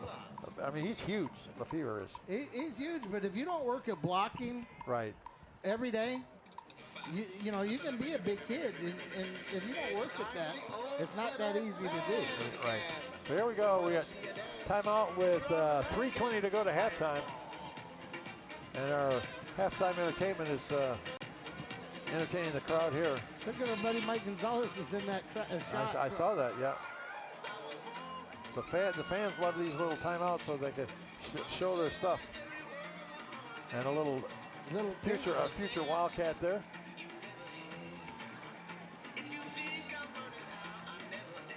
And the fans are having a good time. Who's Denzel, number 3? Denzel Castro, number 3. People dancing all over the place. Oh, yeah. Look at me, Mom. I'm on the big screen. Here we go, Terry. 4th and 1. Here we're going for it. Pitch out. And here it comes. Oh, and they got him in the backfield. Yep. At about the 31-yard line. It looked like he tripped. He may have tripped a little bit, but number 12 was there before the play could really get going. But Thomas, and you're right, he never got going that time. He ended up losing about they're back to 4 yards. They're back to about the 32-yard line, and now all of a sudden, Economedes is going to take over the ball with 3:15 to go. This is the deepest penetration they've had all night long. Well, you roll the dice once in a while, and you call a play you think you can make happen. But give credit to the defense. They've been responsible for a lot of that bad field position. But now it's going to be Jesse Gonzalez from about the 32-yard line. 1st and 10 for the Economedes here late in the half. He's going to drop back to throw. He's got a man down there and caught it about the 20-yard line. Is that Boney Rios? Yeah, and he's still on his feet. Now the Wildcats finally converge in the ball. I believe that's number 3, Boney Rios with the catch. Is that number 15, J.C. Vargas? No, that's number 45, Durant. Yeah. But anyway, that's down to about the 18. That's a 1st down for Economedes at about the 18-yard line. They're in the red zone right now. And a handoff, and not much yardage on that play. I believe that's number 37. No, that's 27. 27, I'm sorry, Alan Arredondo, number 27, a junior running back. But I don't think they were fooling the Wildcat defense with the run that time. Well, I guarantee Economedes is not in a huge hurry right now. They got 2.5 minutes to go. A lot of time left. They got a timeout left. And Gonzalez again, he's got a man wide open and he throws it low and he drops the ball. He had the receiver out there in the flat, but if you don't throw the ball, you don't give your receiver a chance to do anything with it. So that'll stop the clock, Terry, with 2:27 to go. 3rd and about 8. So a big play here for both these teams. 3rd down and 8 for Weslaco's East defense against this Economedes offense. What has Economedes done on their 3rd downs the last couple times? Well, that little screen. Yeah, a little screen. So he's getting everybody into the right position here. 3rd down about 8. And here comes the rush. And over the middle. Picked off at about the 10, 15-yard line. There we go. To the 30, 35, 40, down on his feet, 45. And out of bounds he goes. Well, I believe that's number 82, Ryan Rodriguez. He comes up with a big play at just about every game. He comes up with one big play. Well, one of the games we called earlier this year, Terry had 2 interceptions. Exactly. Yep. He says, I'll take it. Take it for throwing the ball. You know, he wears number 82 because he's also a receiver. So, he's got pretty good hands. But number 4 for Economedes does a nice job of running him down. The quarterback, yep. But anyway, against Weslaco East, a chance with the 2:50 to go, and they've got good field position. Looks like they're just inside the 30-yard line. Emilio's in the backfield. I'm going to guess about the 28. Yes. So, yeah, good field position for the Wildcat offense here. First man through, down to about the 25 or 24. But is that Tyler? It could be. I believe that may be Tyler Cardenas. You've been asking for him. I believe that's him. It's either him or Roy Pedraza. No, it was Pedraza, but I'm just saying that they went away from Emilio that time. I think Economedes was kind of keying on Emilio a lot. Well, you got a minute 50 to go in the half. You got lots of time. 24-yard line. Oh, dropped the football. He might want to use a timeout here. They dropped it from a bad exchange from the center. That doesn't happen very often. No, it doesn't. It looked like Garza actually was trying to go somewhere before he got the football on the snap. So he has 3 timeouts if the scoreboard's correct, and the clock is running right now. So here we go, minute 23 to go to halftime. And Weslaco East after a big turnover by Ryan Rodriguez. And we come the other way, J.J. Garza under center. Hand off to the second man through 25, and that's about it. Maybe the 24-yard line. Not much yardage at all. That's 21 Thomas. Thomas is almost has to get to the outside to get any kind of running room going there. Right, so if you snap the ball from the 25, it'll go to the 32. That'd be a 42-yard field goal. 4th down and about 6. So they're not going to do that. They send in Lefevre. They're letting the clock run down. Well, you got JC and you've got Cito down here to the left in the wideout position. 4th down and 6 for Weslaco East with 39 seconds to go. Let's snap the ball. I think, did somebody call timeout? Timeout. Economedes. Yep. So That is Economedes the third and final time of the half. So they've used all theirs, but 37 seconds to go. Was it Weslaco East or Weslaco that kicked about a 44-yarder? It was Weslaco East against Edinburgh yeah, North. that's right. That was a margin of victory. Right. So they won by 2 points that night. But right here, it looks they have Cito, number 1, number 15, J.C. Vargas, to the left of the quarterback in wideout positions. And those guys have each caught touchdown passes the last couple of weeks. So I'm sure Economedes recognized that and wanted to talk I don't about think it. I don't think too many people predicted a defensive game like we've got tonight, 7-0. That's not. Well, it's a little wetter, I think, than most people thought it would be. And we may have a T-shirt cannon here. Yeah, we're showing her how to shoot the T-shirt cannon. So 4th down and about 6. And Lefevre, the quarterback, he's going to throw over the middle. He's got a receiver. Oh, he had a receiver and then bumped off and almost intercepted, but it's going to go 1st down the other way. It was off the hands of Cito Rojas, so. That was almost a tip drill going there. Yeah, there was just no one deeper than him, so there was no one really to tip it to. But one of the things that I know that they're going to look at halftime is that so far tonight, Lefevre has not been super sharp on his passes yet. And once he does that, I think the Wildcat offense will take over from there. So we've got 35 seconds, Terry, and yeah, remember the second half, Weslaco East is going to get the football back. Right. So the ball at the 24-yard line, and under center is Jesse Gonzalez. Hand off to the first man through. Oh, he's still going up to about the 35-yard line. And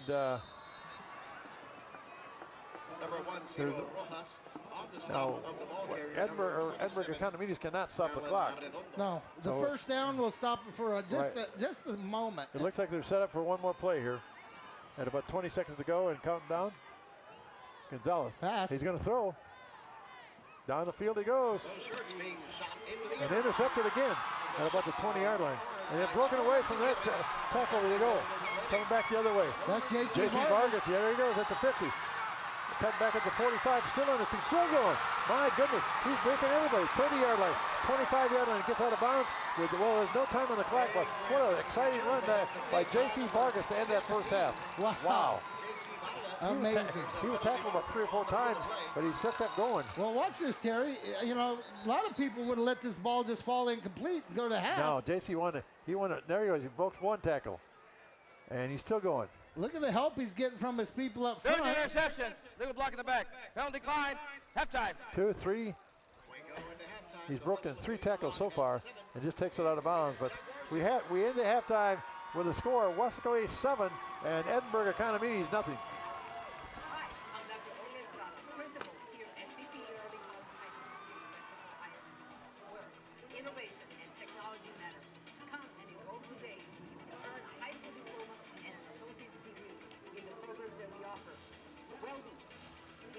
technology and precision manufacturing technology. I'm in diesel technology, and it feels like home and family here. I'm in welding. I saw it as a chance, something different.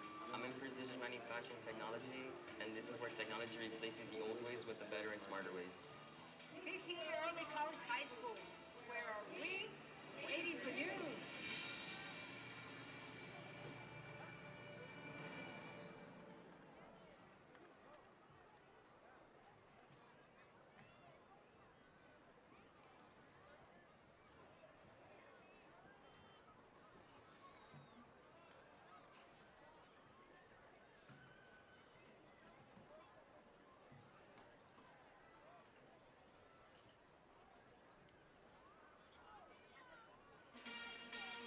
Ladies and gentlemen, give it up for your Jaguar Jazz Dance Team under the direction of Carla Lopez and Francis Olivares, and assistance of Jose and Melissa Barajas.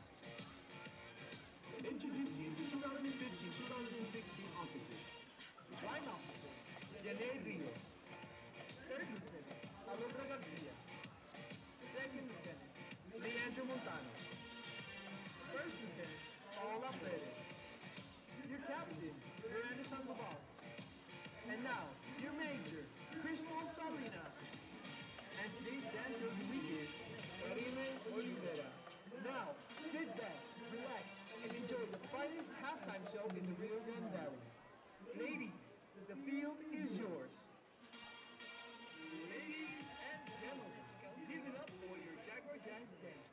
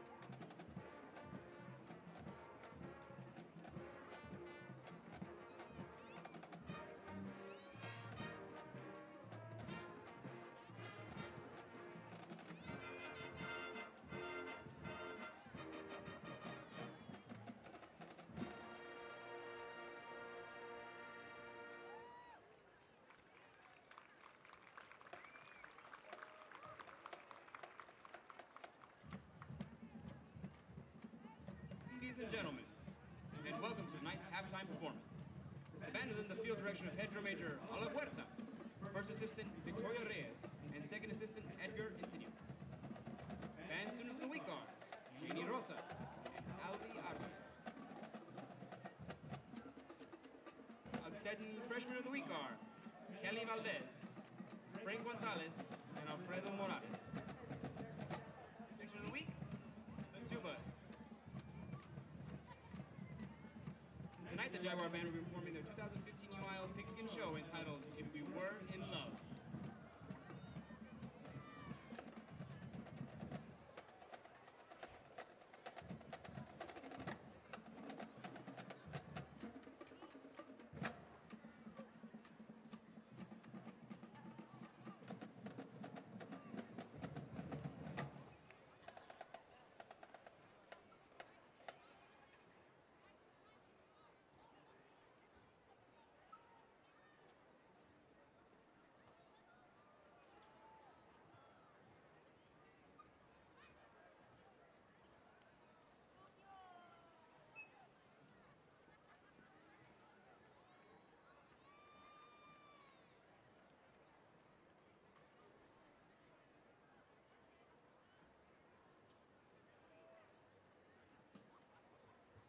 Here we go, the greatest show in Texas on a Friday night, the Blue and Orange, your Johnny G. Economedes Jaguar Marching Band.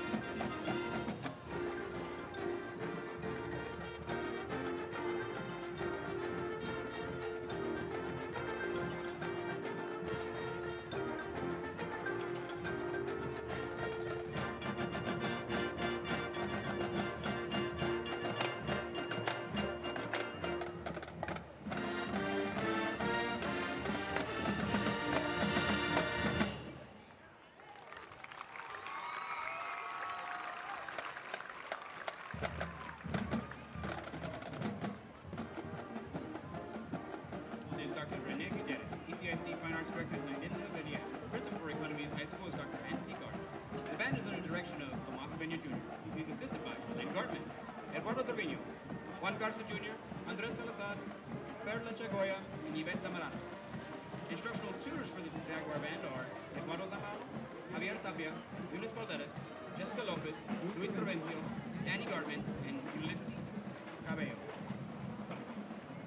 East Side Strong Style.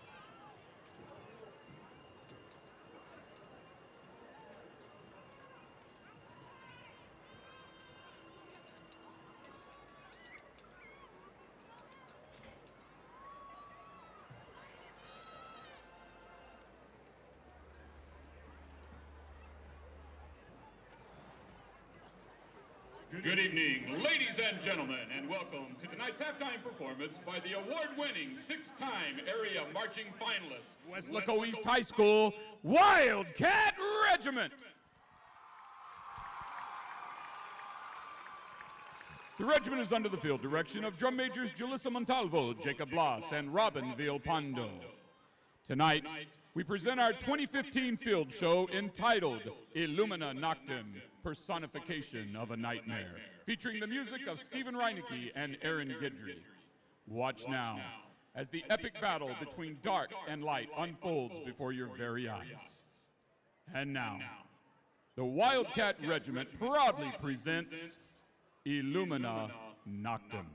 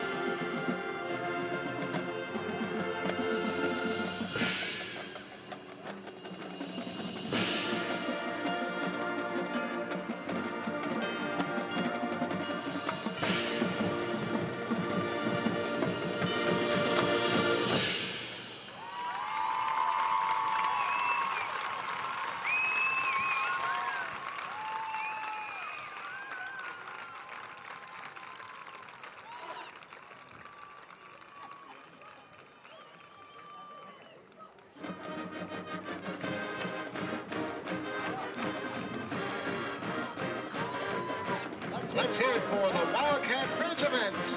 Good luck on your pre-pigskin competition tomorrow. And in pigskin, don't forget support the Weslaco East Band Boosters selling that famous corn in a cup, gummy bears, and Valley Lemons. Help out the Wildcat Regiment and the Weslaco East Band Boosters. Good luck, Regiment.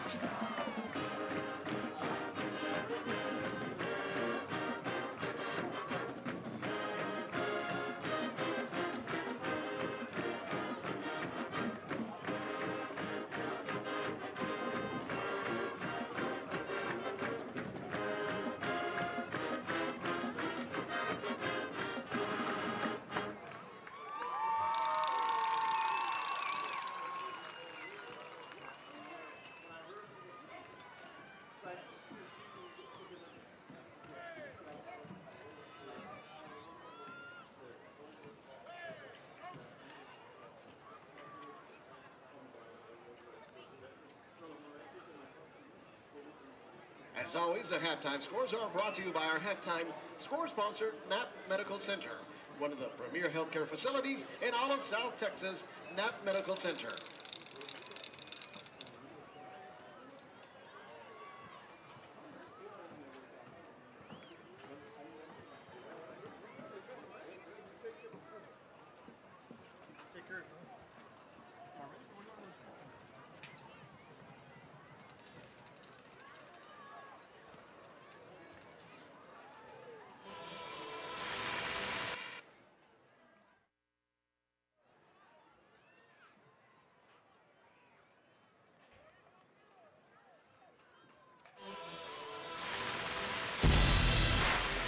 Gonna go out there with one heart and seize this opportunity. Part of it to cement our legacy. We're gonna fight. We're gonna fight. We can't fight no more. We can't fight no more. We get knocked out. We get knocked out. Get up. Get up. Fight again. Fight again.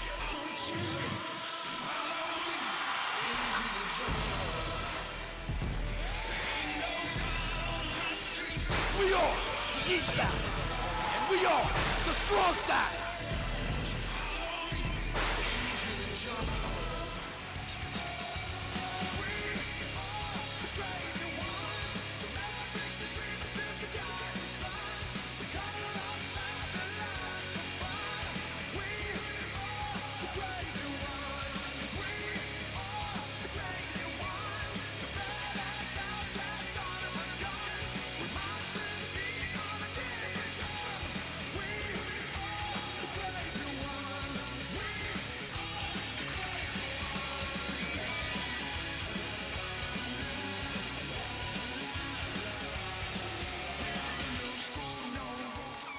Welcome back to Bobby Lackey Stadium. Terry Butler along with John Boswell here tonight.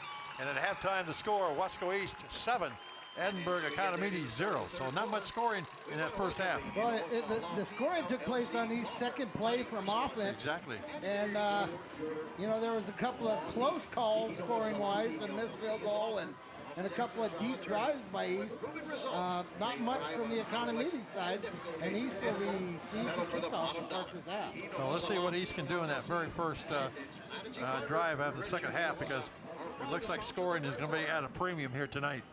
Yeah, and they really have bottled up Emilio Thomas so far in the ball game. yeah, after that first touchdown run, not much, but I don't believe Emilio's 100%, and the Wildcat offense just has not really established a rhythm yet. Well, the one other factor that hasn't been mentioned a lot, really, that the quarterback, Paul Lefevre, really has not been on his game passing-wise. Usually he's a little sharper than this, and a lot of his passes tonight have been a little bit long. I mean, he hasn't thrown any interceptions or nothing like that, but he just hasn't been as sharp getting some open receivers. But right, that can change with one pass. So. Right. The defense for Wasco East has been stellar. 2 turnovers and a shutout for a half. But you know what? Economedes' defense has not been really. No, they're not too bad either. But it's just one play here and there that can kind of break things open for the Wildcats. Let's see who's going to kick off for them. Looks like 90 something or other. I believe 96. That would be Robert Gonzalez. He is listed as a junior kicker. Okay, yep, that's right. Robert Gonzalez. You're right, Robert Gonzalez. They don't carry a lot of players on this squad. No, not a whole lot. So here we go. About 50 are dressed out for Second half underway. Economedes kicking down the field to Weslaco. Picked up about the 15-yard line. 15 to the 20, 25. Up to trying to get outside is 30. And not much going there. I believe that was JC. JC Vargas. You know, that's wise by Economedes. I don't think I would kick the ball deep to Cito. On the tackle, Nicholas being away with number 34. Cito has 3 returns for touchdown on the season. Yeah, Rojas had a monster game last week, but so far tonight he hasn't had a whole lot going. The only touchdown of the game was a scamper by Emilio Thomas, about a 21-yarder right up the middle. But here we go with the second half. Weslaco will take over the ball at about the 29-yard line. Looks like Cito in the backfield in the quarterback position. Okay. Here's not back. He's going to follow the blocking around the right side. He's up to the 30, 35, 40, still going, 45, 50. And down the sideline, 40. And trying to break a tackle, but he goes down to about the 30-yard line. Ciro Rojas, a big first half, or big first play of the second half. Well, the Wildcats just outflank them by formation. Cito takes the direct snap at quarterback, and of course he's one of the best running backs on the team. But one thing I will say about Economedes, they've been able to respond to plays like that. In other words, Weslaco East has only tried that a couple of times, and there's a flag. Oh wow! Of course, there's a flag. That's going to bring it back. 10 yards from the spot. I bet it's holding. Let's see where they mark the ball down. It looks like the 45. It's going to be first and about 5. Holding on the offense. It's a 10-yard penalty for the spot of the foul. Remains first down. So first down, and where's the new line, or where's the 35. Okay, they're going to bring it back to the 35. Right. Okay, they have to go up to about the 40. 39. Or 39. You're right. Okay. So it's going to be first and about 4. So here we go. That was a big play though by Ciro Rojas. And they're in that overload formation again. Have everybody loaded to the right. And you go to the left, counterplay, and up to about the 35, 36-yard line, and that is about it. That is number 25, Fabian Castro. Yep. Right. You know, the footing seems to be a little shaky at times down there. He slipped down there. He didn't really get his feet going that time. So we're going to have second and about 4. So the ball at the 35, not much gain on that play, if anything. So you're right, second down and 4. But Weslaco East has got to sustain some kind of a drive here. Right, they need something positive. Other than that very first one in the first quarter. J.J. Garza under center. And you go handoff up to not much gain, maybe 36-yard line. Yeah. That's about it. You know, the Economedes has just got more people up inside there than you can block. Emilio Thomas, but about maybe a yard or 2 gain, and that's about it. Number 56. This is going to be third down about 2 or 3. Economedes on the tackle. That's Isaac Ortiz. And So, still about third and about 3. Yeah, you're right. They got to bring it up to about the 39 or 40 for a first down.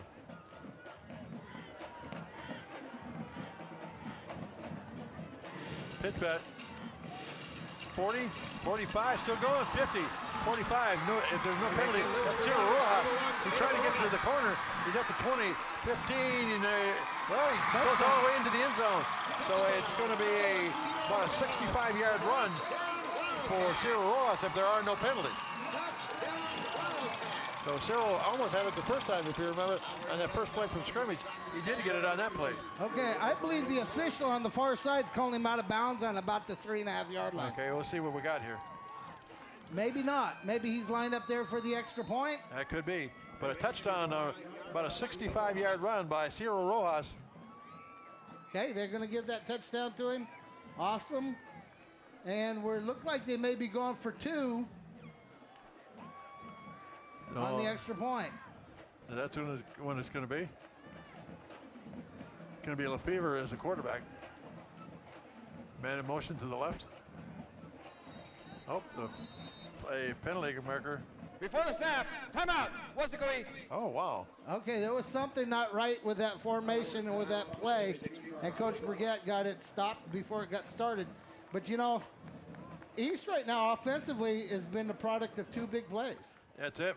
They have not had any kind of a sustained drive, but 2 big plays. Like I said, Cyril Rojas getting the touchdown here. What an effort here by Cito, and a nice effort by number 22. At the very end, he just outran him, just shook him off, so to speak. Saul Rodriguez, nice effort by Economedes. But the scoring has been at a premium tonight, so at least so far, the offenses have not clicked, other than the two big plays. Well, the points have come, they're going to kick. Yep. So whatever they thought they could run was not going to be successful. So the 14th point. Kick is up, and it's through the uprights, and good. So with 9:53 to go here in the third quarter, Weslaco East now up by a score of 14-0. Well, Terry, if you'll remember in the first half, the touchdown drive for the Wildcats was a minute 53. So, well, this one is a 2 minutes and 7 second drive. And they might have had it earlier, except for remember the first play was called back on a penalty, and so from the penalty they just took it down the field and scored. We'll do it another way. So a good run by Cyril Rojas. Another big. That'll help your average out when you can go 65 yards. I'm telling you, he has been a big playmaker this season. So Orlando Ramirez is going to kick off here. The yellow or green-footed kicker. That's green. That's green? Yeah. That's green. Luminescent green, I guess you might call it that. Those are real, for sure, soccer shoes. That's for sure. Yes, they are. Yep. And he's got a soccer-style leg, though, too. He's on the soccer team at East. He's a good kicker. Well, here we go. 14-0 Weslaco East early on this third quarter. Long kickoff going down to about the end zone. Yep, picked up there. About 2 yards deep there. 10-yard line, 15, 20. And, still on his feet as a running back. He's up to about the 26 or 27-yard line and gets up off the pile.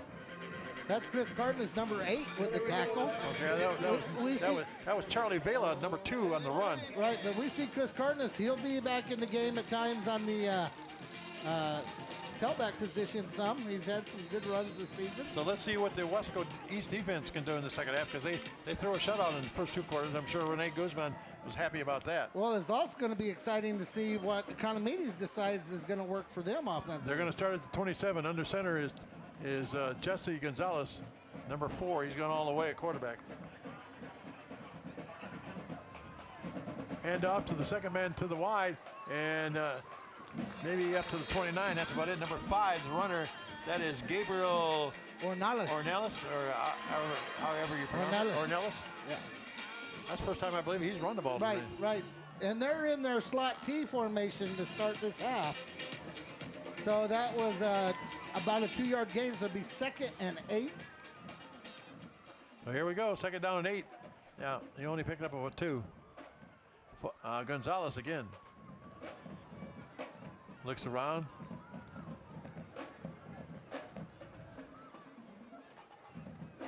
And now coming wide to the left. Or no, up the middle. It was.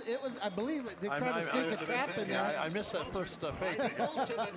But number 22, number 64 of our Wildcats, that's Marco Arroyo.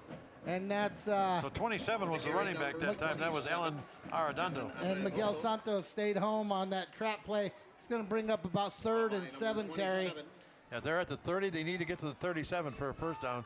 This drive started at the 27 after the kickoff. Well, I talked about the Wildcats not being in any kind of offensive rhythm. So Jesse Gonzalez this time again under center. Economedes has been in no kind of offensive Another handoff. And he's not going to get the first down as the Wildcats converge on him. Arredondo again, and he got nothing. Yeah, little to nothing on that play. Going to bring up a 4th down. That's probably the most conservative that Coach Pena has been all night long. Right. And Arredondo never had a chance. Number 20 on the stop for Weslaco East. One of the stoppers. Luis Aguirre. Yeah, Luis Aguirre. Yeah. And we're back to kick again. This guy, the punter, has been busy tonight for Edinburgh Economedes. Yeah, he's made it in an high adventure. snap. It's through his over hands. his head. If they go get him, and he's going to try to run with it. And he gets knocked down at about the 5-yard line. The kicker that time, number 12, that is Danny Garza. But the high snap, I don't know if he should have went back and tried to kick it or not. I don't know, but there's about 3 flags at the 4-yard line, so I don't know what that is. Well, he took a good hit. Might be holding. Little block in the back on the punting team. Go half the distance, first down. So Weslaco East is going to get it. About the 7-yard line they're, there. they're not going to have too much to go this time. This is important here. This is one of those turnovers, so to speak, that you got to take advantage of. Well, you know, you see that at every level. I was at a game a couple of weeks ago in Austin, Texas, where the college level punter had that same thing happen to him. 37 for Weslaco East went after the punter. That's Marcus Costas. Okay. But he didn't get He's the tackle. playing tonight because Chuchu Jesus Infante got a little boo-boo leg, I hear. Okay. He's got a thigh contusion, and I saw him on the We got sideline. another timeout coming here? I just think they haven't There's started a the play correction. clock. There was a live ball foul. Therefore, the little block in the back is declined. Weslaco East taking result of the play. First down. Okay. Either way, the ball is still at the, well, I think it was at the 7 or 8. Well, I believe it's going to come back around the 15 Okay. because they moved it half the distance. A live ball fall. Live ball foul. If you take the live ball foul, then they get the punt over again, you know, back from that spot. If it's a dead ball foul, then it adds on. Well, either way, Weslaco East has got the ball at the 15-yard line. So it is a real sharp field here. Yeah, oh, sure. And let's see who lines up at the quarterback. Is that J.J. Garza? Yep. Pitch out at the 20, 15, and that's about maybe the 13-yard line is about all they get. That's good hard running by Emilio Camez. Yeah. He was butting heads with somebody, but he still is looking for, well, he had one good run so far tonight. Yeah, he like I said earlier, I would say he's 75 to 80%. He's not 100%. But you know what, Terry? Following this game, he gets a week off. Yeah, that's right. They got a bye week next week. Panthers are off this week, but the Wildcats are off next week. And Economedes was off last week. Right. So here we go. Oh, you're going to be a keeper here. Cito. 15, 10, 5. Touchdown, Ciro Rojas again. So this has been a big half already for Ciro Rojas as he broke a tackle at the line of scrimmage and took it the rest of the way, almost untouched after that. You start looking around in the backfield and you watch, there goes the Emilio Camez. Now watch this first tackle. There's one, that's about out. After that, he just took it. Nice blocking up front. You got. It looked like he broke the tackle of Jose Rodriguez, number 13. Terry, you got Israel Alfaro. You got David Decanini. You've got Danny Mendez. You've got Gavin Gaitan. You got Jesse Trevino and Jonathan Bolness. You got John, number 60, big old number 60, been there forever. Jonathan Bonda. Got Matthew Garcia. Those are just a few of the guys playing in there in that offensive line. The extra point was up and good. And so with 7:02 to go here, after in the third quarter, Weslaco East rather, now is up 21-0. Well, you know, quickly changed the outlook of this ball game, and it also probably is going to change what Economedes tries to do on offense. They were having some success in the spread formations. Well, they're going to have to key on Ciro Rojas a little bit more. Maybe that'll give Emilio Thomas room to run. Well, you've got to find him. Where is he on the field? Is he at wideout? Is he a quarterback? Yeah. Where is he? So here we go, Orlando Ramirez in the kickoff. So a big start to the second half by the Weslaco East Wildcats, and up 21-0 already here. We are not even quite halfway through the third quarter. And down the field it comes on kind of a low squigger, down to about the 3-yard line, picked up there. 10, 15, 20, 25. Is that Vela again? Number 2? And I believe that was Chris Carnes again. That was number 25 on the carryback. That is Michael Medellin. And that's Chris Carnes again, though, on the tackle. Okay. And there's a flag on the play. We've had a few. During the return, legal block in the back on the return team. They've hurt Edinburgh. Return penalty from the end of the run. First down. Economedes has been hurt by the penalties tonight. Oh, sure. Of course, Weslaco East has had a few of them themselves. But Medellin, the number 25, the ball carrier, and as you get it, it's about the 3. He's going to take it from there. He gets out to about the 20, and he got run into by, who was that, number 8? That's Chris Cardenas. Okay. You know, Terry, at this point in the season, what are we, 6-7 weeks in? Right. You don't expect this many mistakes. Procedures, not holdings. Not penalties, no. Right. But the fact that they've been off for a couple of weeks certainly didn't help him any. Yeah, their rhythm has been totally. So Gonzalez under center, inside handoff to the first man. That is Arredondo up over the 15 to about the 19-yard line. You know, he made about 5, Terry. That's one of their biggest plays of the evening. And they're still getting really conservative as Gonzalez handed off to Arredondo. Right, he broke a tackle up the middle, and he's brought down by number 20. Luis Aguirre. Aguirre, yep. Yep. Aguirre's been busy tonight. So the ball is just inside the 20-yard line. Second and about 5. Yep, here we go. Actually, about the 18-yard line is Gonzalez, a man in motion. Tackle trap. Handoff, and tripped up at about the 20-yard line. Let's see who gets off the pile this time.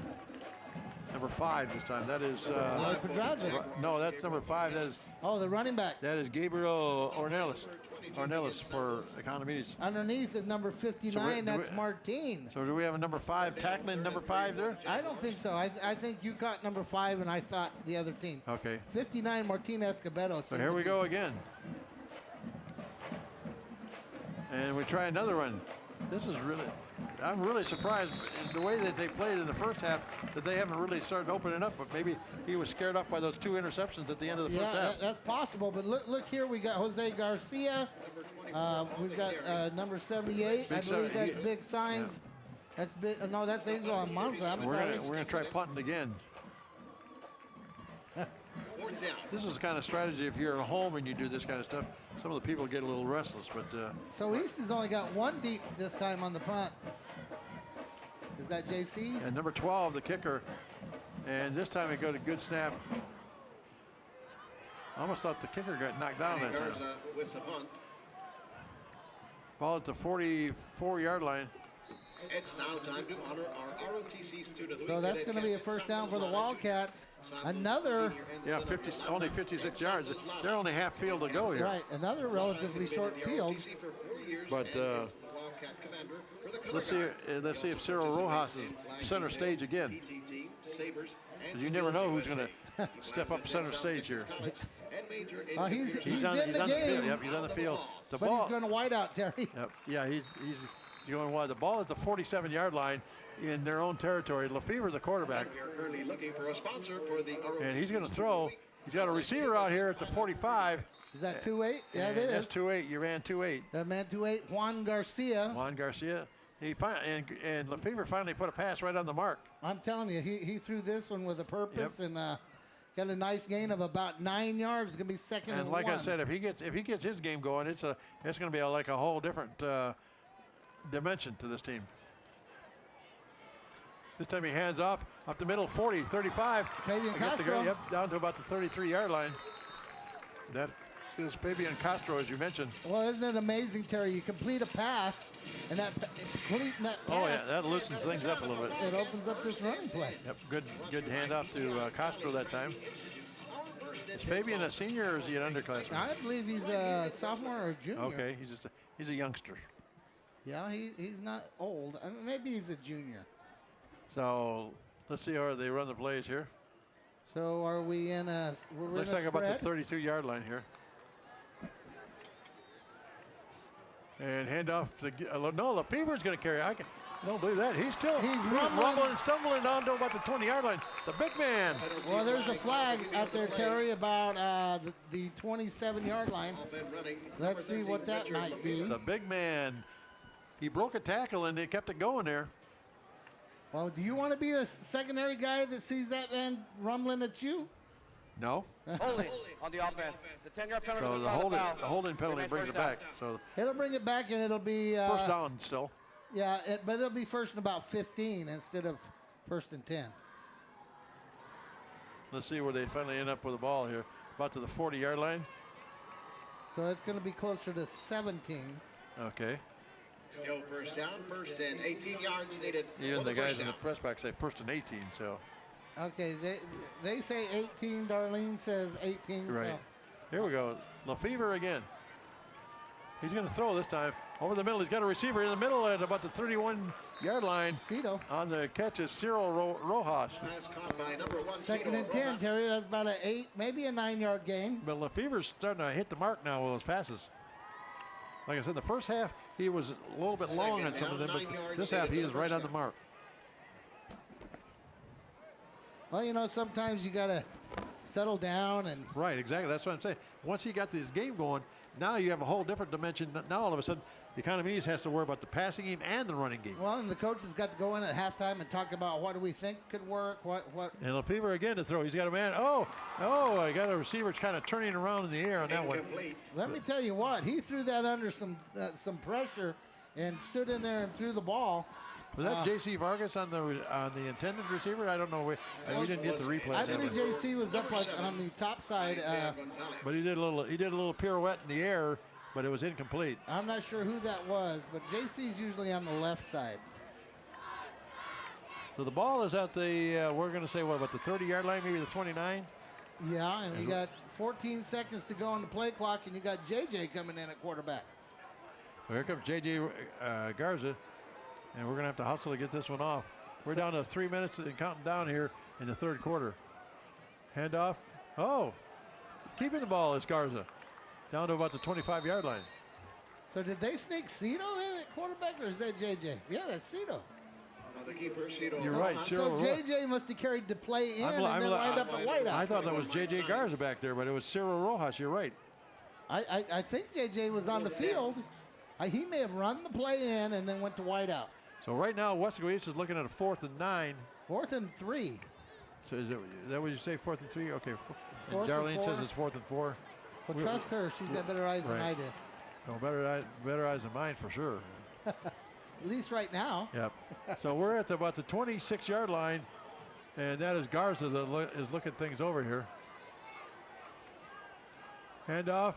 25. Oh, what bowling his way down to about the 20-yard line. What a physical run by Roy Pedraza, I believe. He put his head down, and he might have got the first down just on effort, but it's going to be close to a first down here. It is a first down on about the 20, Terry, but what a physical run. Yeah, get out of my way, son. He drops the ball and ends up getting it back. There you go. A break there for Weslaco East. Wow.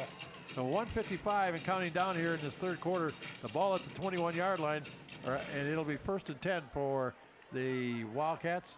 And it's all East this out, Terry. And Lefevre in the ball game. So 1st down and 10. It's been a big third quarter for Weslaco East. Lefevre again.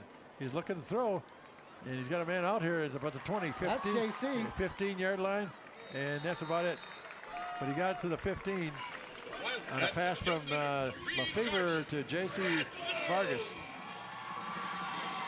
Let me tell you what, when Lefevre gets a little rhythm going and gets a good grip on that ball and he rips it. Well, the best thing about him, I guess, is he's just a sophomore. Yeah, he's a youngin'. Yep. He's a biggin' and he's a youngin'. A biggin', yeah. The ball at the 15, they need to go to about the 10. So I'm going to guess about, they're saying 2nd and 4, but that's about right. Yeah, that's pretty close. Okay, close enough for government work. Inside handoff, and is he going to, no gain that time. Yeah, he might have gained 1 or 2, but not much. Thomas, like how he was kind of backing his way into the line. So we've got 3rd and about 4. You've got 40 seconds to go in the third quarter, and the Wildcats in hurry up. Here, they dropped the ball, and they pick it back up, and there's begun no gain on the play. Kind of a busted play almost. Well, that was rough because the Economedes actually was not ready for that ball to be snapped. Yet East didn't know who to block because there was no one there. So what are we going to do on 4th down now? Well, I think we're going to let the clock run out. That sounds like a good idea. And then make a decision on the other end of the field. But it looks like he's sending the field goal unit in. So the clock is going to run out, and a big quarter for Weslaco East. And after 3 quarters of play from the Bobby Lackey Stadium, it is Weslaco East 21 and Economedes nothing. Wildcats ahead 21-0. As we start the fourth quarter, we welcome Buffalo Wings and Rings, our fourth quarter sponsor. You can use your ticket for tonight's game all week long to get 10% off your price. All week long. Take your tickets now. Thank you to Buffalo Wings and Rings for sponsoring our fourth quarter. Great food, no bull.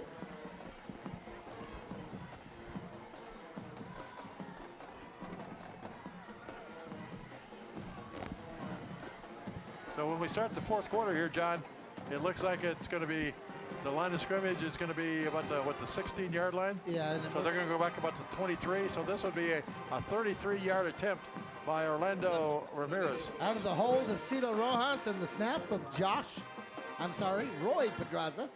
Josh is his dad, the The coach. ball is down, and the kick is on its way. And the first, no, Oh. it's no good again. So the first play from the fourth quarter is no good. That's 2 field goals tonight that this young man has missed. You know, we don't have an end zone camera, but I felt like he made that, but we have the worst angle in the house, so. Well, that one looked like it had a chance to make it, but They had plenty of distance. either way, no good after the drive down to the 16-yard line. So once again, Weslaco East comes up a little bit short.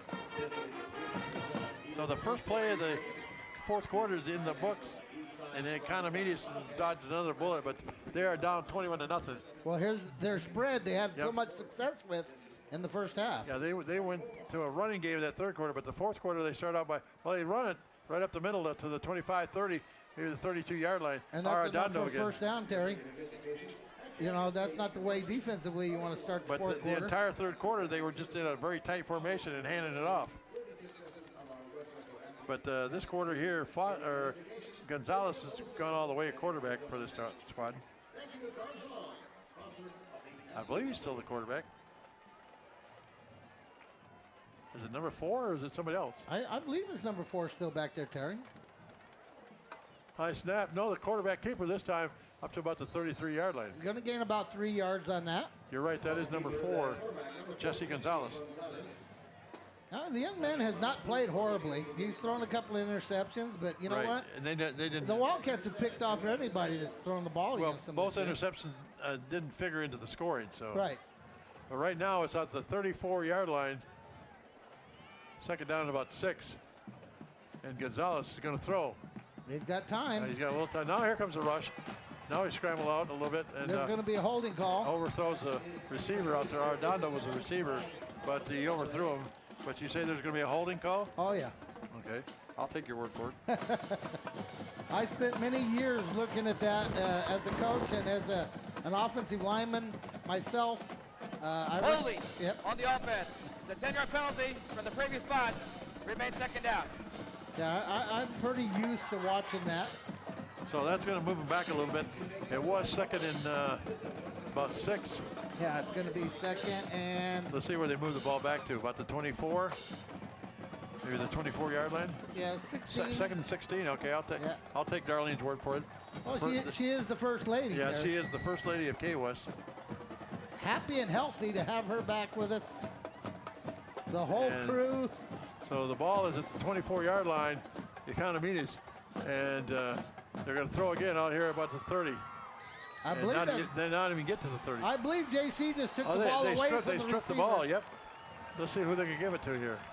Is that a turnover? Yeah, I believe Bonnie Rios, number 3, catches that. No, I'm sorry, number 6. Yeah, that's who. The 6 is the one who caught the ball. Orlando Guerra.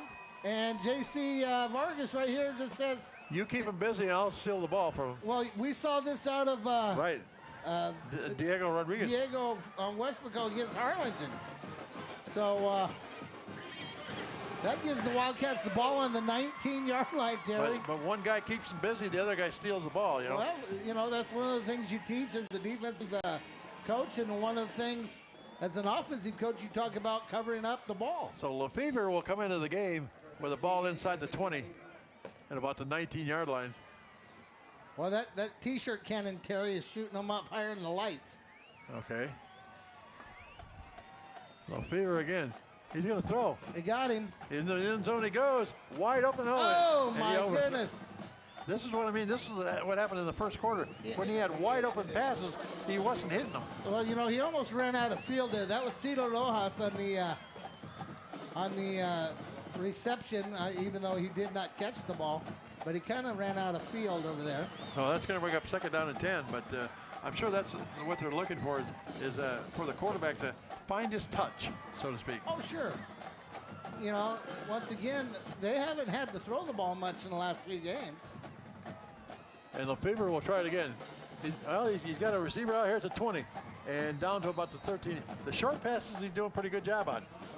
That was Cyril Rojas, but but lofting the ball ahead of the receiver has been his problem so far tonight. But yeah, but that's going to be third and about 7 or 8 yards right there. So this has been a Ciro Rojas second half. It was last week, wasn't it? Well, he kind of over at far complete game. Well, yeah, but he especially had a strong second half. So third down and about 8 yards to go. And Lefevre will try it again. Fakes, throws into the end zone again. That might be picked. Well, we'll see if they come down with it or not. Is it a touchback or not? Nope. No, they're saying it's out of bounds. So it's going to be 4th down and about 8. That was a break from the Wildcats that time. Because that could have been, easily could have been picked. Oh, yeah. The safety pre-read that. But they're going to the same receiver every time.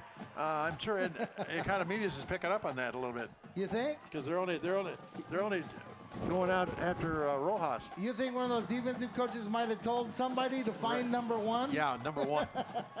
I don't know who he is. Find number 1. 4th down and about 8 yards to go as we go into a little shift here. Lefevre again. Nobody in the backfield with him. Time out. Weslaco East. 10-10 to go in the 4th quarter. Weslaco East up 21-0 and timeout on the field.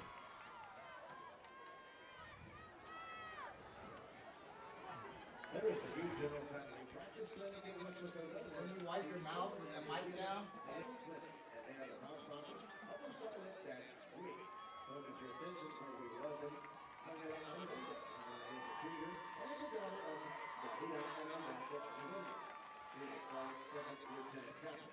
Angela has been a starlet for 3 years. She's an outstanding dancer and a role model for all her peers. Well, Terry, I believe Coach Burgett was about ready to run one of his famous gadget trick, whatever the word is on plays that he loves to dial up. And the situation is still the same. 4th down and about 8. So Lefevre back there by himself. Well, he's got one man with him. But they're pretty spread formation here.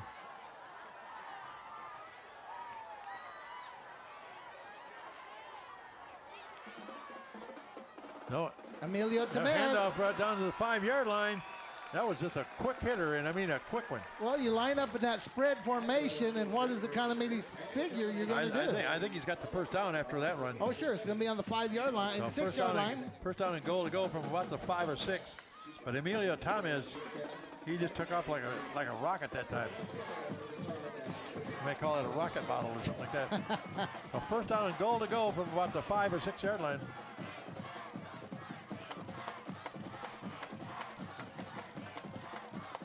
And Lefevre again. He's going to throw into the end zone, just lofts it in there, but just overthrows it. Yeah, he's just not, there's not much room there. They've got 3 guys over here on the side that Cito and JC are lined up on. So there's 3 defenders against 2 receivers.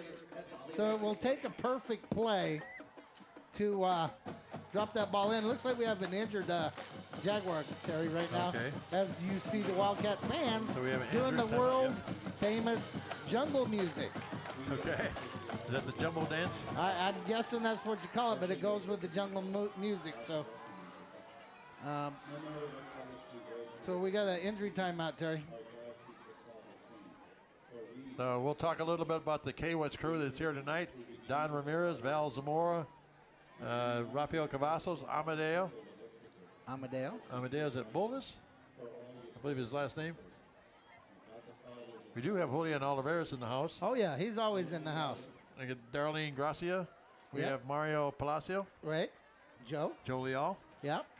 And Mike Gonzalez. Mike Gonzalez next Yep. door. He even got some camera time tonight. Yeah, he did. Mike got a little air time tonight. And while we're mentioning people, and there's an injury on the field, the athletic trainers for both teams do a great job, but the athletic trainers for Weslaco East, Javier Banuelos, Big Tony Munoz, and Jojo Reese, along with assistant trainer Mikey Gonzalez, great job that they do for the Wildcat athletics, boys and girls. We even had a visit from our AD here, Oscar Rios, I believe at halftime. Came up.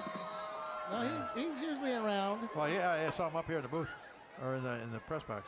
He's open, Oh, touchdown. into the middle, touchdown, Lefevre. JC Vargas. Wow. What a rocket. That was a quick one. Yeah, how fast did that ball get there, Terry? In a hurry. stand up tall, plant the foot, throw it in there. Kazoom, huh? And look what the two Economedes guys end up running into each other and never touching JC. So JC Vargas scores for the Weslaco East Wildcats. And now all of a sudden it's 27-0. Well, Terry, JC, there was a little article about him looking up the Cito.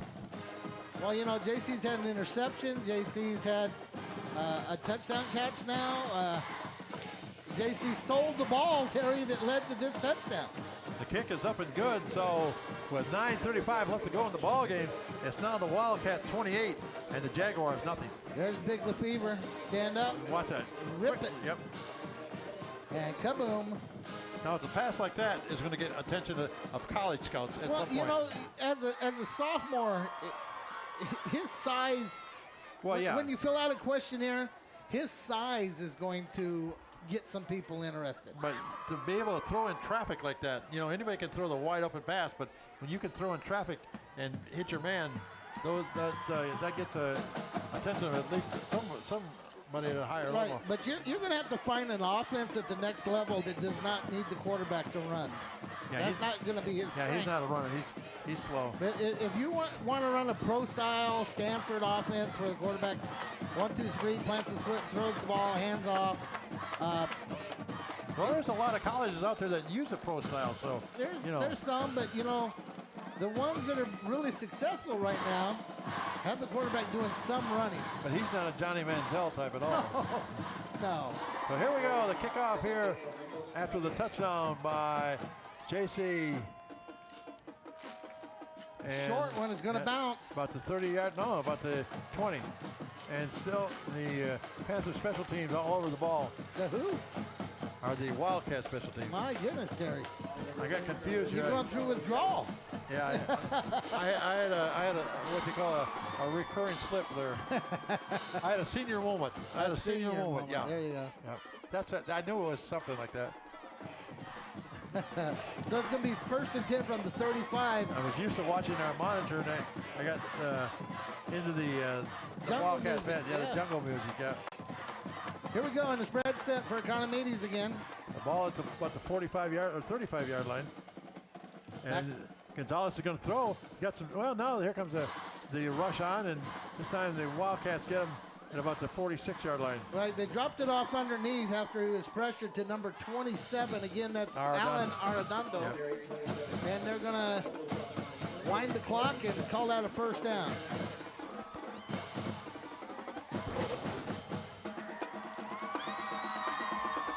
So the ball at about the 46-yard line. And Gonzalez is going to throw here again. You got a man wide open at about the 50.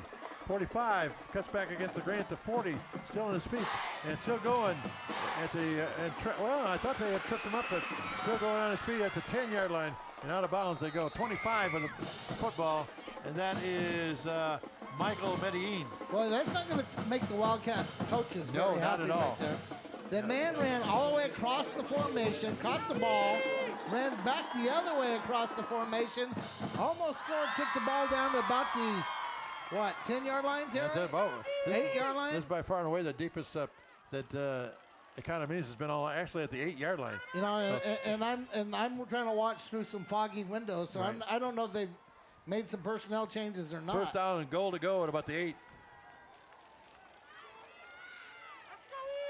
And here we go. Big rush put on. In the middle they go. Did he catch it or not? Moni Rios, touchdown. Yeah, there's a touchdown for Economedes. Caught it right down around his shoe tops. Well, that was just way too easy. Yeah, that drive, that'll give the coaches something to look at on film tomorrow, where they can. That gives Economedes a little bit of life here with 8:41 to go in the ball game. I don't know if you start thinking about onside kicking because they're still going to be down 21 points. I'm sure they will. The kick is up. And good. So 8:41 to go here in the fourth quarter. It's now Weslaco East 28 and the Jaguars 7. Yeah, I don't know how early you start thinking about onside kicking, but oh my goodness. You know, those of you watching on TV with us, you can't tell at the stadium, there would be a heart around this couple for the kiss cam. Oh, they There we go. switched to somebody Yeah, else. There we go. There you go. So if you're wondering why these people are kissing on your TV right now, Right. or your computer, This is the family show. yes, it's the kiss cam. And they usually go back for seconds. Oh yeah, here we go. They didn't get it the first time. So Weslaco East is going to receive the kickoff. They're ready for an onside, Terry. Oh yeah, I almost look at how many they got. 9 guys up. 3, 4, 5, 6, 7, 8, 9, 10. You got 1 guy back. Yeah, you got to believe they're going to go for an onside kick here. Well, you know, Terry. But you don't want to get it too deep because you can kick it down there, and if there's nobody there, you can pick it up and recover. It would be a deep onside kick, but. And he tried a big bouncer, and it got out of bounds, I believe. Yeah, I don't know if he got 10 yards or not. Oh yeah, it went 10 yards, but it got out of bounds. Here we go, number 96. Get that big bounce. Who's over there for Weslaco East? I went over his head. Jesse Trevino, and Yeah. you're supposed to leave those alone and let it go out of bounds. Number 11, Pete Rodriguez, had his hands on it, but that's about it for Economedes. You know, I believe Brandon Figueroa has another professional boxing match coming up tomorrow, I believe. How's Omar doing? Is he still on the injured list right now? I'm not sure if he's still injured, but Because I heard he was trying to fight one more time this year. yeah, and we have a couple of MMA fighters that also are There you go. East graduates. Handoff for Weslaco East over the midfield marker. And one of those fighters is Eli Urbina, and today is his 22nd birthday here watching his Wildcats play football, so happy birthday, Eli. Yeah. His brother Gilbert just walked by the box. That's what if you remember. They're both fighting professionally, and their brother is in the UFC. Little discussion with the coaches over in the sideline. Yeah, why did they score? That's what they're talking about. I'm sure that's got the defense's coach's attention right now. Yeah, ball at the 48-yard line. Quarterback sneak down to about the 43-yard line. You know, if you're the Wildcat defense, you play that well for 3 and a portion of a quarter and really give up one long play. That doesn't make you real happy. Well, Coach Guzman takes a lot of pride in that defense, that's for sure. And J.J. Garza is going to bring the play in from the sideline. Yeah, right now it wants to score again if they can, but they also want to use clock. Now, Burgat is the head coach, but is he also the offensive coordinator in this squad? Well, he calls most of the plays, but he has someone with the title of Handoff inside to about the 38-yard line. They go this time. Is that Jesse Trevino and Mike Brown are 25? Is that Fabian? Fabian Castro? Yes, that is. Yeah. But Mike Brown and well, I know Jesse Trevino are co-offensive coordinators, I believe. Noel Villarreal. Isn't Brown the special teams coach? Defensive coordinator. No, that's Perriman. Oh, Perriman, okay. Then you got Josh Perdoz. You know these guys good because you coached with them for years. Well, I coached some of them, and I coached with almost all of them. So. 38-yard line, 35, they go. And that is number 5 for Weslaco. That's Roy Pedraza. Yep. He hasn't carried the ball since the first half. But this nice little carry here, he slips in through there, and he gets undercut. But it's going to end up being 3rd and about 2. Okay. But 3rd and 2 at one time for Weslaco East used to be automatic. With their big guys up front, they could lead the way. I wouldn't be surprised if it's not sneak time. So the ball is about the 34, and that's about what it is, I think. And they're pushing the pile. Well, he drew him off Oh, sides. a little push there, a little extra push. You know, he drew him off sides, and then he ran to the first ground. I saw the flag over there in the far, by the chain markers over there. So there's something going on here. But there was a yellow hanky over there by Somebody's limping. Is that JJ? That might be JJ limping off the field. A little discussion. Offsides on the defense. It's a 5-yard penalty. First down. First down. So there's the training crew. I'm guessing they're not going to put Cito in. So who got hurt that time? It looks like JJ Garza. Okay, number 2. You know, in that pile up, he got maybe rolled up on his foot. He's going to get 2 weeks to get well. But oh, Paul, turn off that whistle. 29-yard line. So you got Big Lefevre in. So 1st and 10 as they get the flags moved there, or the markers moved, and Lefevre back in at quarterback. Pitch out coming wide. Oh, they dropped the football. And coming the other way with it is Garza. No, that's Roy Pedraza. Pedraza. How did he even maintain it to even go the other way? I don't know. That ball was pitched out. He missed it right away, but he had a presence of mind to go get it. I'm going to imagine that he had his eyes up. So the ball, we're down under 6 minutes to go in the quarter. The ball is back at about the 46 or 47-yard line. You know, the most important thing right here, Terry, is not field position or anything. Holding onto the ball. It's holding onto the ball and letting the clock tick away. Lefevre is going to come in and run the offense. He's under center with 3 men in the backfield. Pitch out again. Whoa. Well, that timeout. Wildcats. That whistle is loud. Well, it's loud when they leave their headsets on. Timeout. Weslaco East. Okay, now turn it off. There you go. So you've got 5 minutes and 28 seconds to go in the game.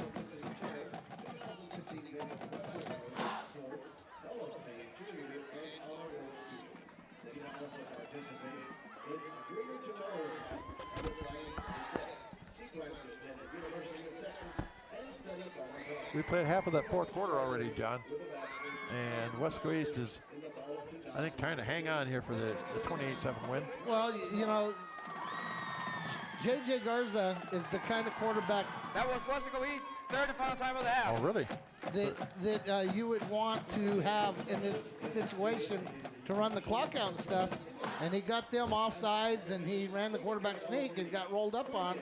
So you're putting Richard Lefevre into a position that he's not familiar with. So One, he's young, he's new to this offense. The ball at the 37-yard line, second down at about 17. Lefevre pitch out again. And tripped up about the 35-yard line. Is that Thomas? No, that's Cito. Okay, I'll take Ciro Rojas. So it's going to be third and about 17. And we got 5 minutes and 10 seconds to go in the ball game. So they're really not pushing for that first down right now, but well, the way I see it, you've got a 40-second clock. They're going to snap this ball inside 5 minutes. And if it's not incomplete pass, then you're going to... J.J. Vargas is back in there. Oh, sure. J.J.'s in and Cito's in. Is it J.J. or J.C. Vargas? I'm sorry, J.C. J.C. Vargas, okay. There was a J.J. Vargas around Weslaco a few years ago. So Lefevre. Oh, they got it. Boy, they anticipated that play right away. They tried a little reverse to Cito, I believe. And no, JC. He got nothing on the play. Instantly down. Wow. JC Vargas. I'm wondering if the lineman got that call correct, because they had linemen pulling to the left, and JC was going all by himself to the right. Now it's fourth down, and the Weslaco East Wildcats are going to have to punt the ball, which they haven't done a whole lot of tonight. Well, that's fine. They're going to punt the ball inside of 4 minutes, Terry. And they're going to punt it deep, hopefully deep. Let's see who ends up back punting. Is it Lefevre or is it Jesse Trevino? Well, kind of a long count here. Wow. Oh, they dropped the ball. They drop it again. Oh, Economedes. He should have tried to pick that up and run with it. Well, that's Number 58 recovered it, but there was no one back there to tackle him. No, he picked it up on the run. And it was fourth down, so it didn't matter. He could have batted it around. I'm sure Coach Burgett is going to have a talk with him about that play, because that did not work from the word go. No. You know, we had a couple of plays on that drive where balls were not secured by people handling the football. So with 3 minutes and 46 seconds to go, Terry, Economedes is 50 yards away from another touchdown. Exactly, they're right at midfield. And Gonzalez, the quarterback, is going all the way. He's going to throw it over the middle. And almost picked up. He had the guy, then it went through his hands, and then almost picked up by one of the Wildcat defenders. Wow. That could have went either way. Right up the seam, the number 2 receiver, I believe was number 25. That's Michael Medellin. But that was real close to an interception as well. It was close to a lot of things. The Wildcats could have had that on the tip drill, so to speak. But anyway, second down and 10 from the midfield marker. And Gonzalez will try it again. They got a wide open man and kind of cut back screen. Yep. And down they go to about the 40, inside the 40 to about the 37. That's going to be first down.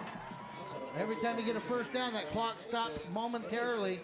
The Wildcats can no longer stop the clock. The Jaguars have 3 timeouts. Right, the Wildcats are not really in any hurry, but there's that cutback screen, as you say, the jailbreak screen. Yep. You see those linemen, they just released the defensive line. So a first down for Economedes at about the 37. They're down by 3 scores here. Here's Gonzalez. Oh, he got hit just as he threw it, and it's incomplete. But he got hit just as he threw it, and he took a big one. He just got up right now. That tray, he didn't get the number of that train. He didn't look for the license plate number here. Here's a big guy coming up the middle. Hello. I don't know who that was. 45, 40, one of those inside linebackers. Glad to meet you, Mr. Quarterback. Coach Mike Gonzalez for the Wildcats does a good job getting those inside linebackers. So we'll try it again. And here comes the Wildcats on the run, and he throws kind of lofts the ball at the 25-yard line to Medellin, and out of bounds he goes. Wow, they are definitely losing. Oh, there's a flag. Yeah, I saw that. I'm wondering if number 65 was downfield. But they are losing number 25 when he runs across the formation. Right. I'm not sure what's happening there. Low block in the back on the offense. It's a 10-yard penalty for the spot of the foul. Remains second down. Okay, we're going to snap this ball probably within about 3 minutes, Terry. So the Wildcats hopefully will be able to get into this bye week without any more injuries. I hope JJ's fine. Emilio will get another couple weeks to heal up. The clock won't run because he went out of bounds, but so their ball is at the about the 35-yard line. Second down and 10, actually about the 34. Gonzalez is going to back up again. Here comes the rush over the middle, and he drops the football. There they are across the formation again. Is that 25? No, that was number 2, Charlie Valen. Number 2, yes. Charlie Valen, number 2.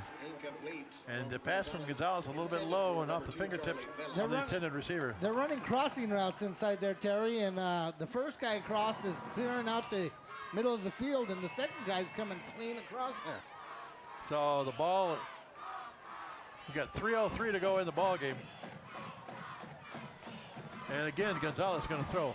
Down the middle, he's got a long pass, but intercepted at about the 9-yard line.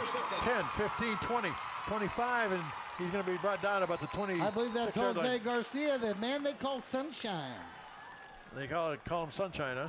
Yeah, you remember from Remember the Titans? Oh, yeah. Sunshine. Oh, yeah, yeah, I remember that. Yeah, that's the East version of Sunshine.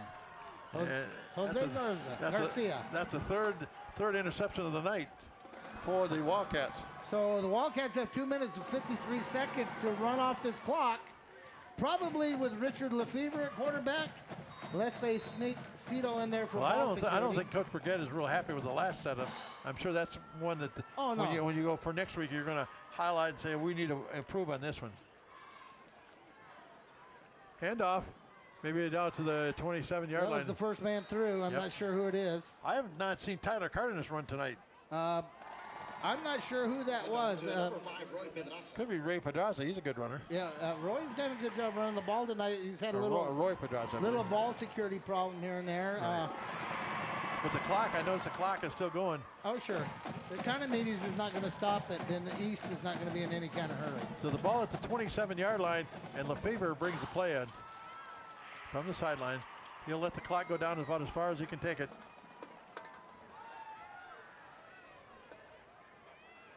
And out to the last man through, 30-yard line, still on his feet, 35, still going. That's Chris Cardenas, number 8. Chris Cardenas, yep. He scored a touchdown last week, didn't he? Yeah, I believe so. Yeah, so he's up to about the 38-yard line. He's been a big player on special teams so far tonight. He's running with determination here. Yep, he broke a tackle there, broke 2 tackles. And he's carried the third man up to about the 38-yard line. So I can't tell who's playing fullback right now, but it looks like it's Roy Pedraza. Either way, the clock is under 2 minutes and still counting down. Well, next week will be one game from Edinburgh. Right. Weslaco High will be in action next week, but boy, there's a lot of confusion right now. But they pick it up and they run. And not much gain there.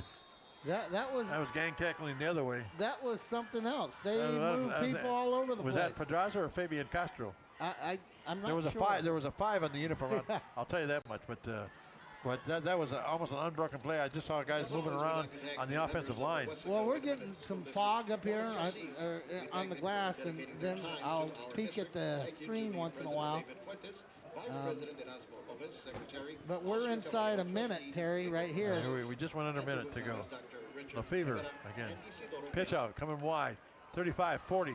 45 cuts against the grain. I think that's Chris Cardenas. Right, again. and he's been taught to stay in bounds with this point in the game. Right. And so this is going to take the Wildcats to 3-0. They can almost go to the victory formation here. They can, and it's going to put Economedes 1-1 in district, and the buying Weslaco Panthers are 2-0. Well, Weslaco East that lost that game to Harlingen South that was canceled now has 6 games in the book. Right. And they're going to be 5-1 in the season so far. Right, 5-1 and 3-0 in district. Right. So it's been a good year for the schools of Wesco ISD. Well, if I look at the district correctly, 3 wins should put you in the playoffs. Here we go. Chris Cardenas. Yeah, Chris Cardenas again. No, that's Freddie. Is that Freddie? Down inside the 5-yard line. That's Freddie Gonzalez.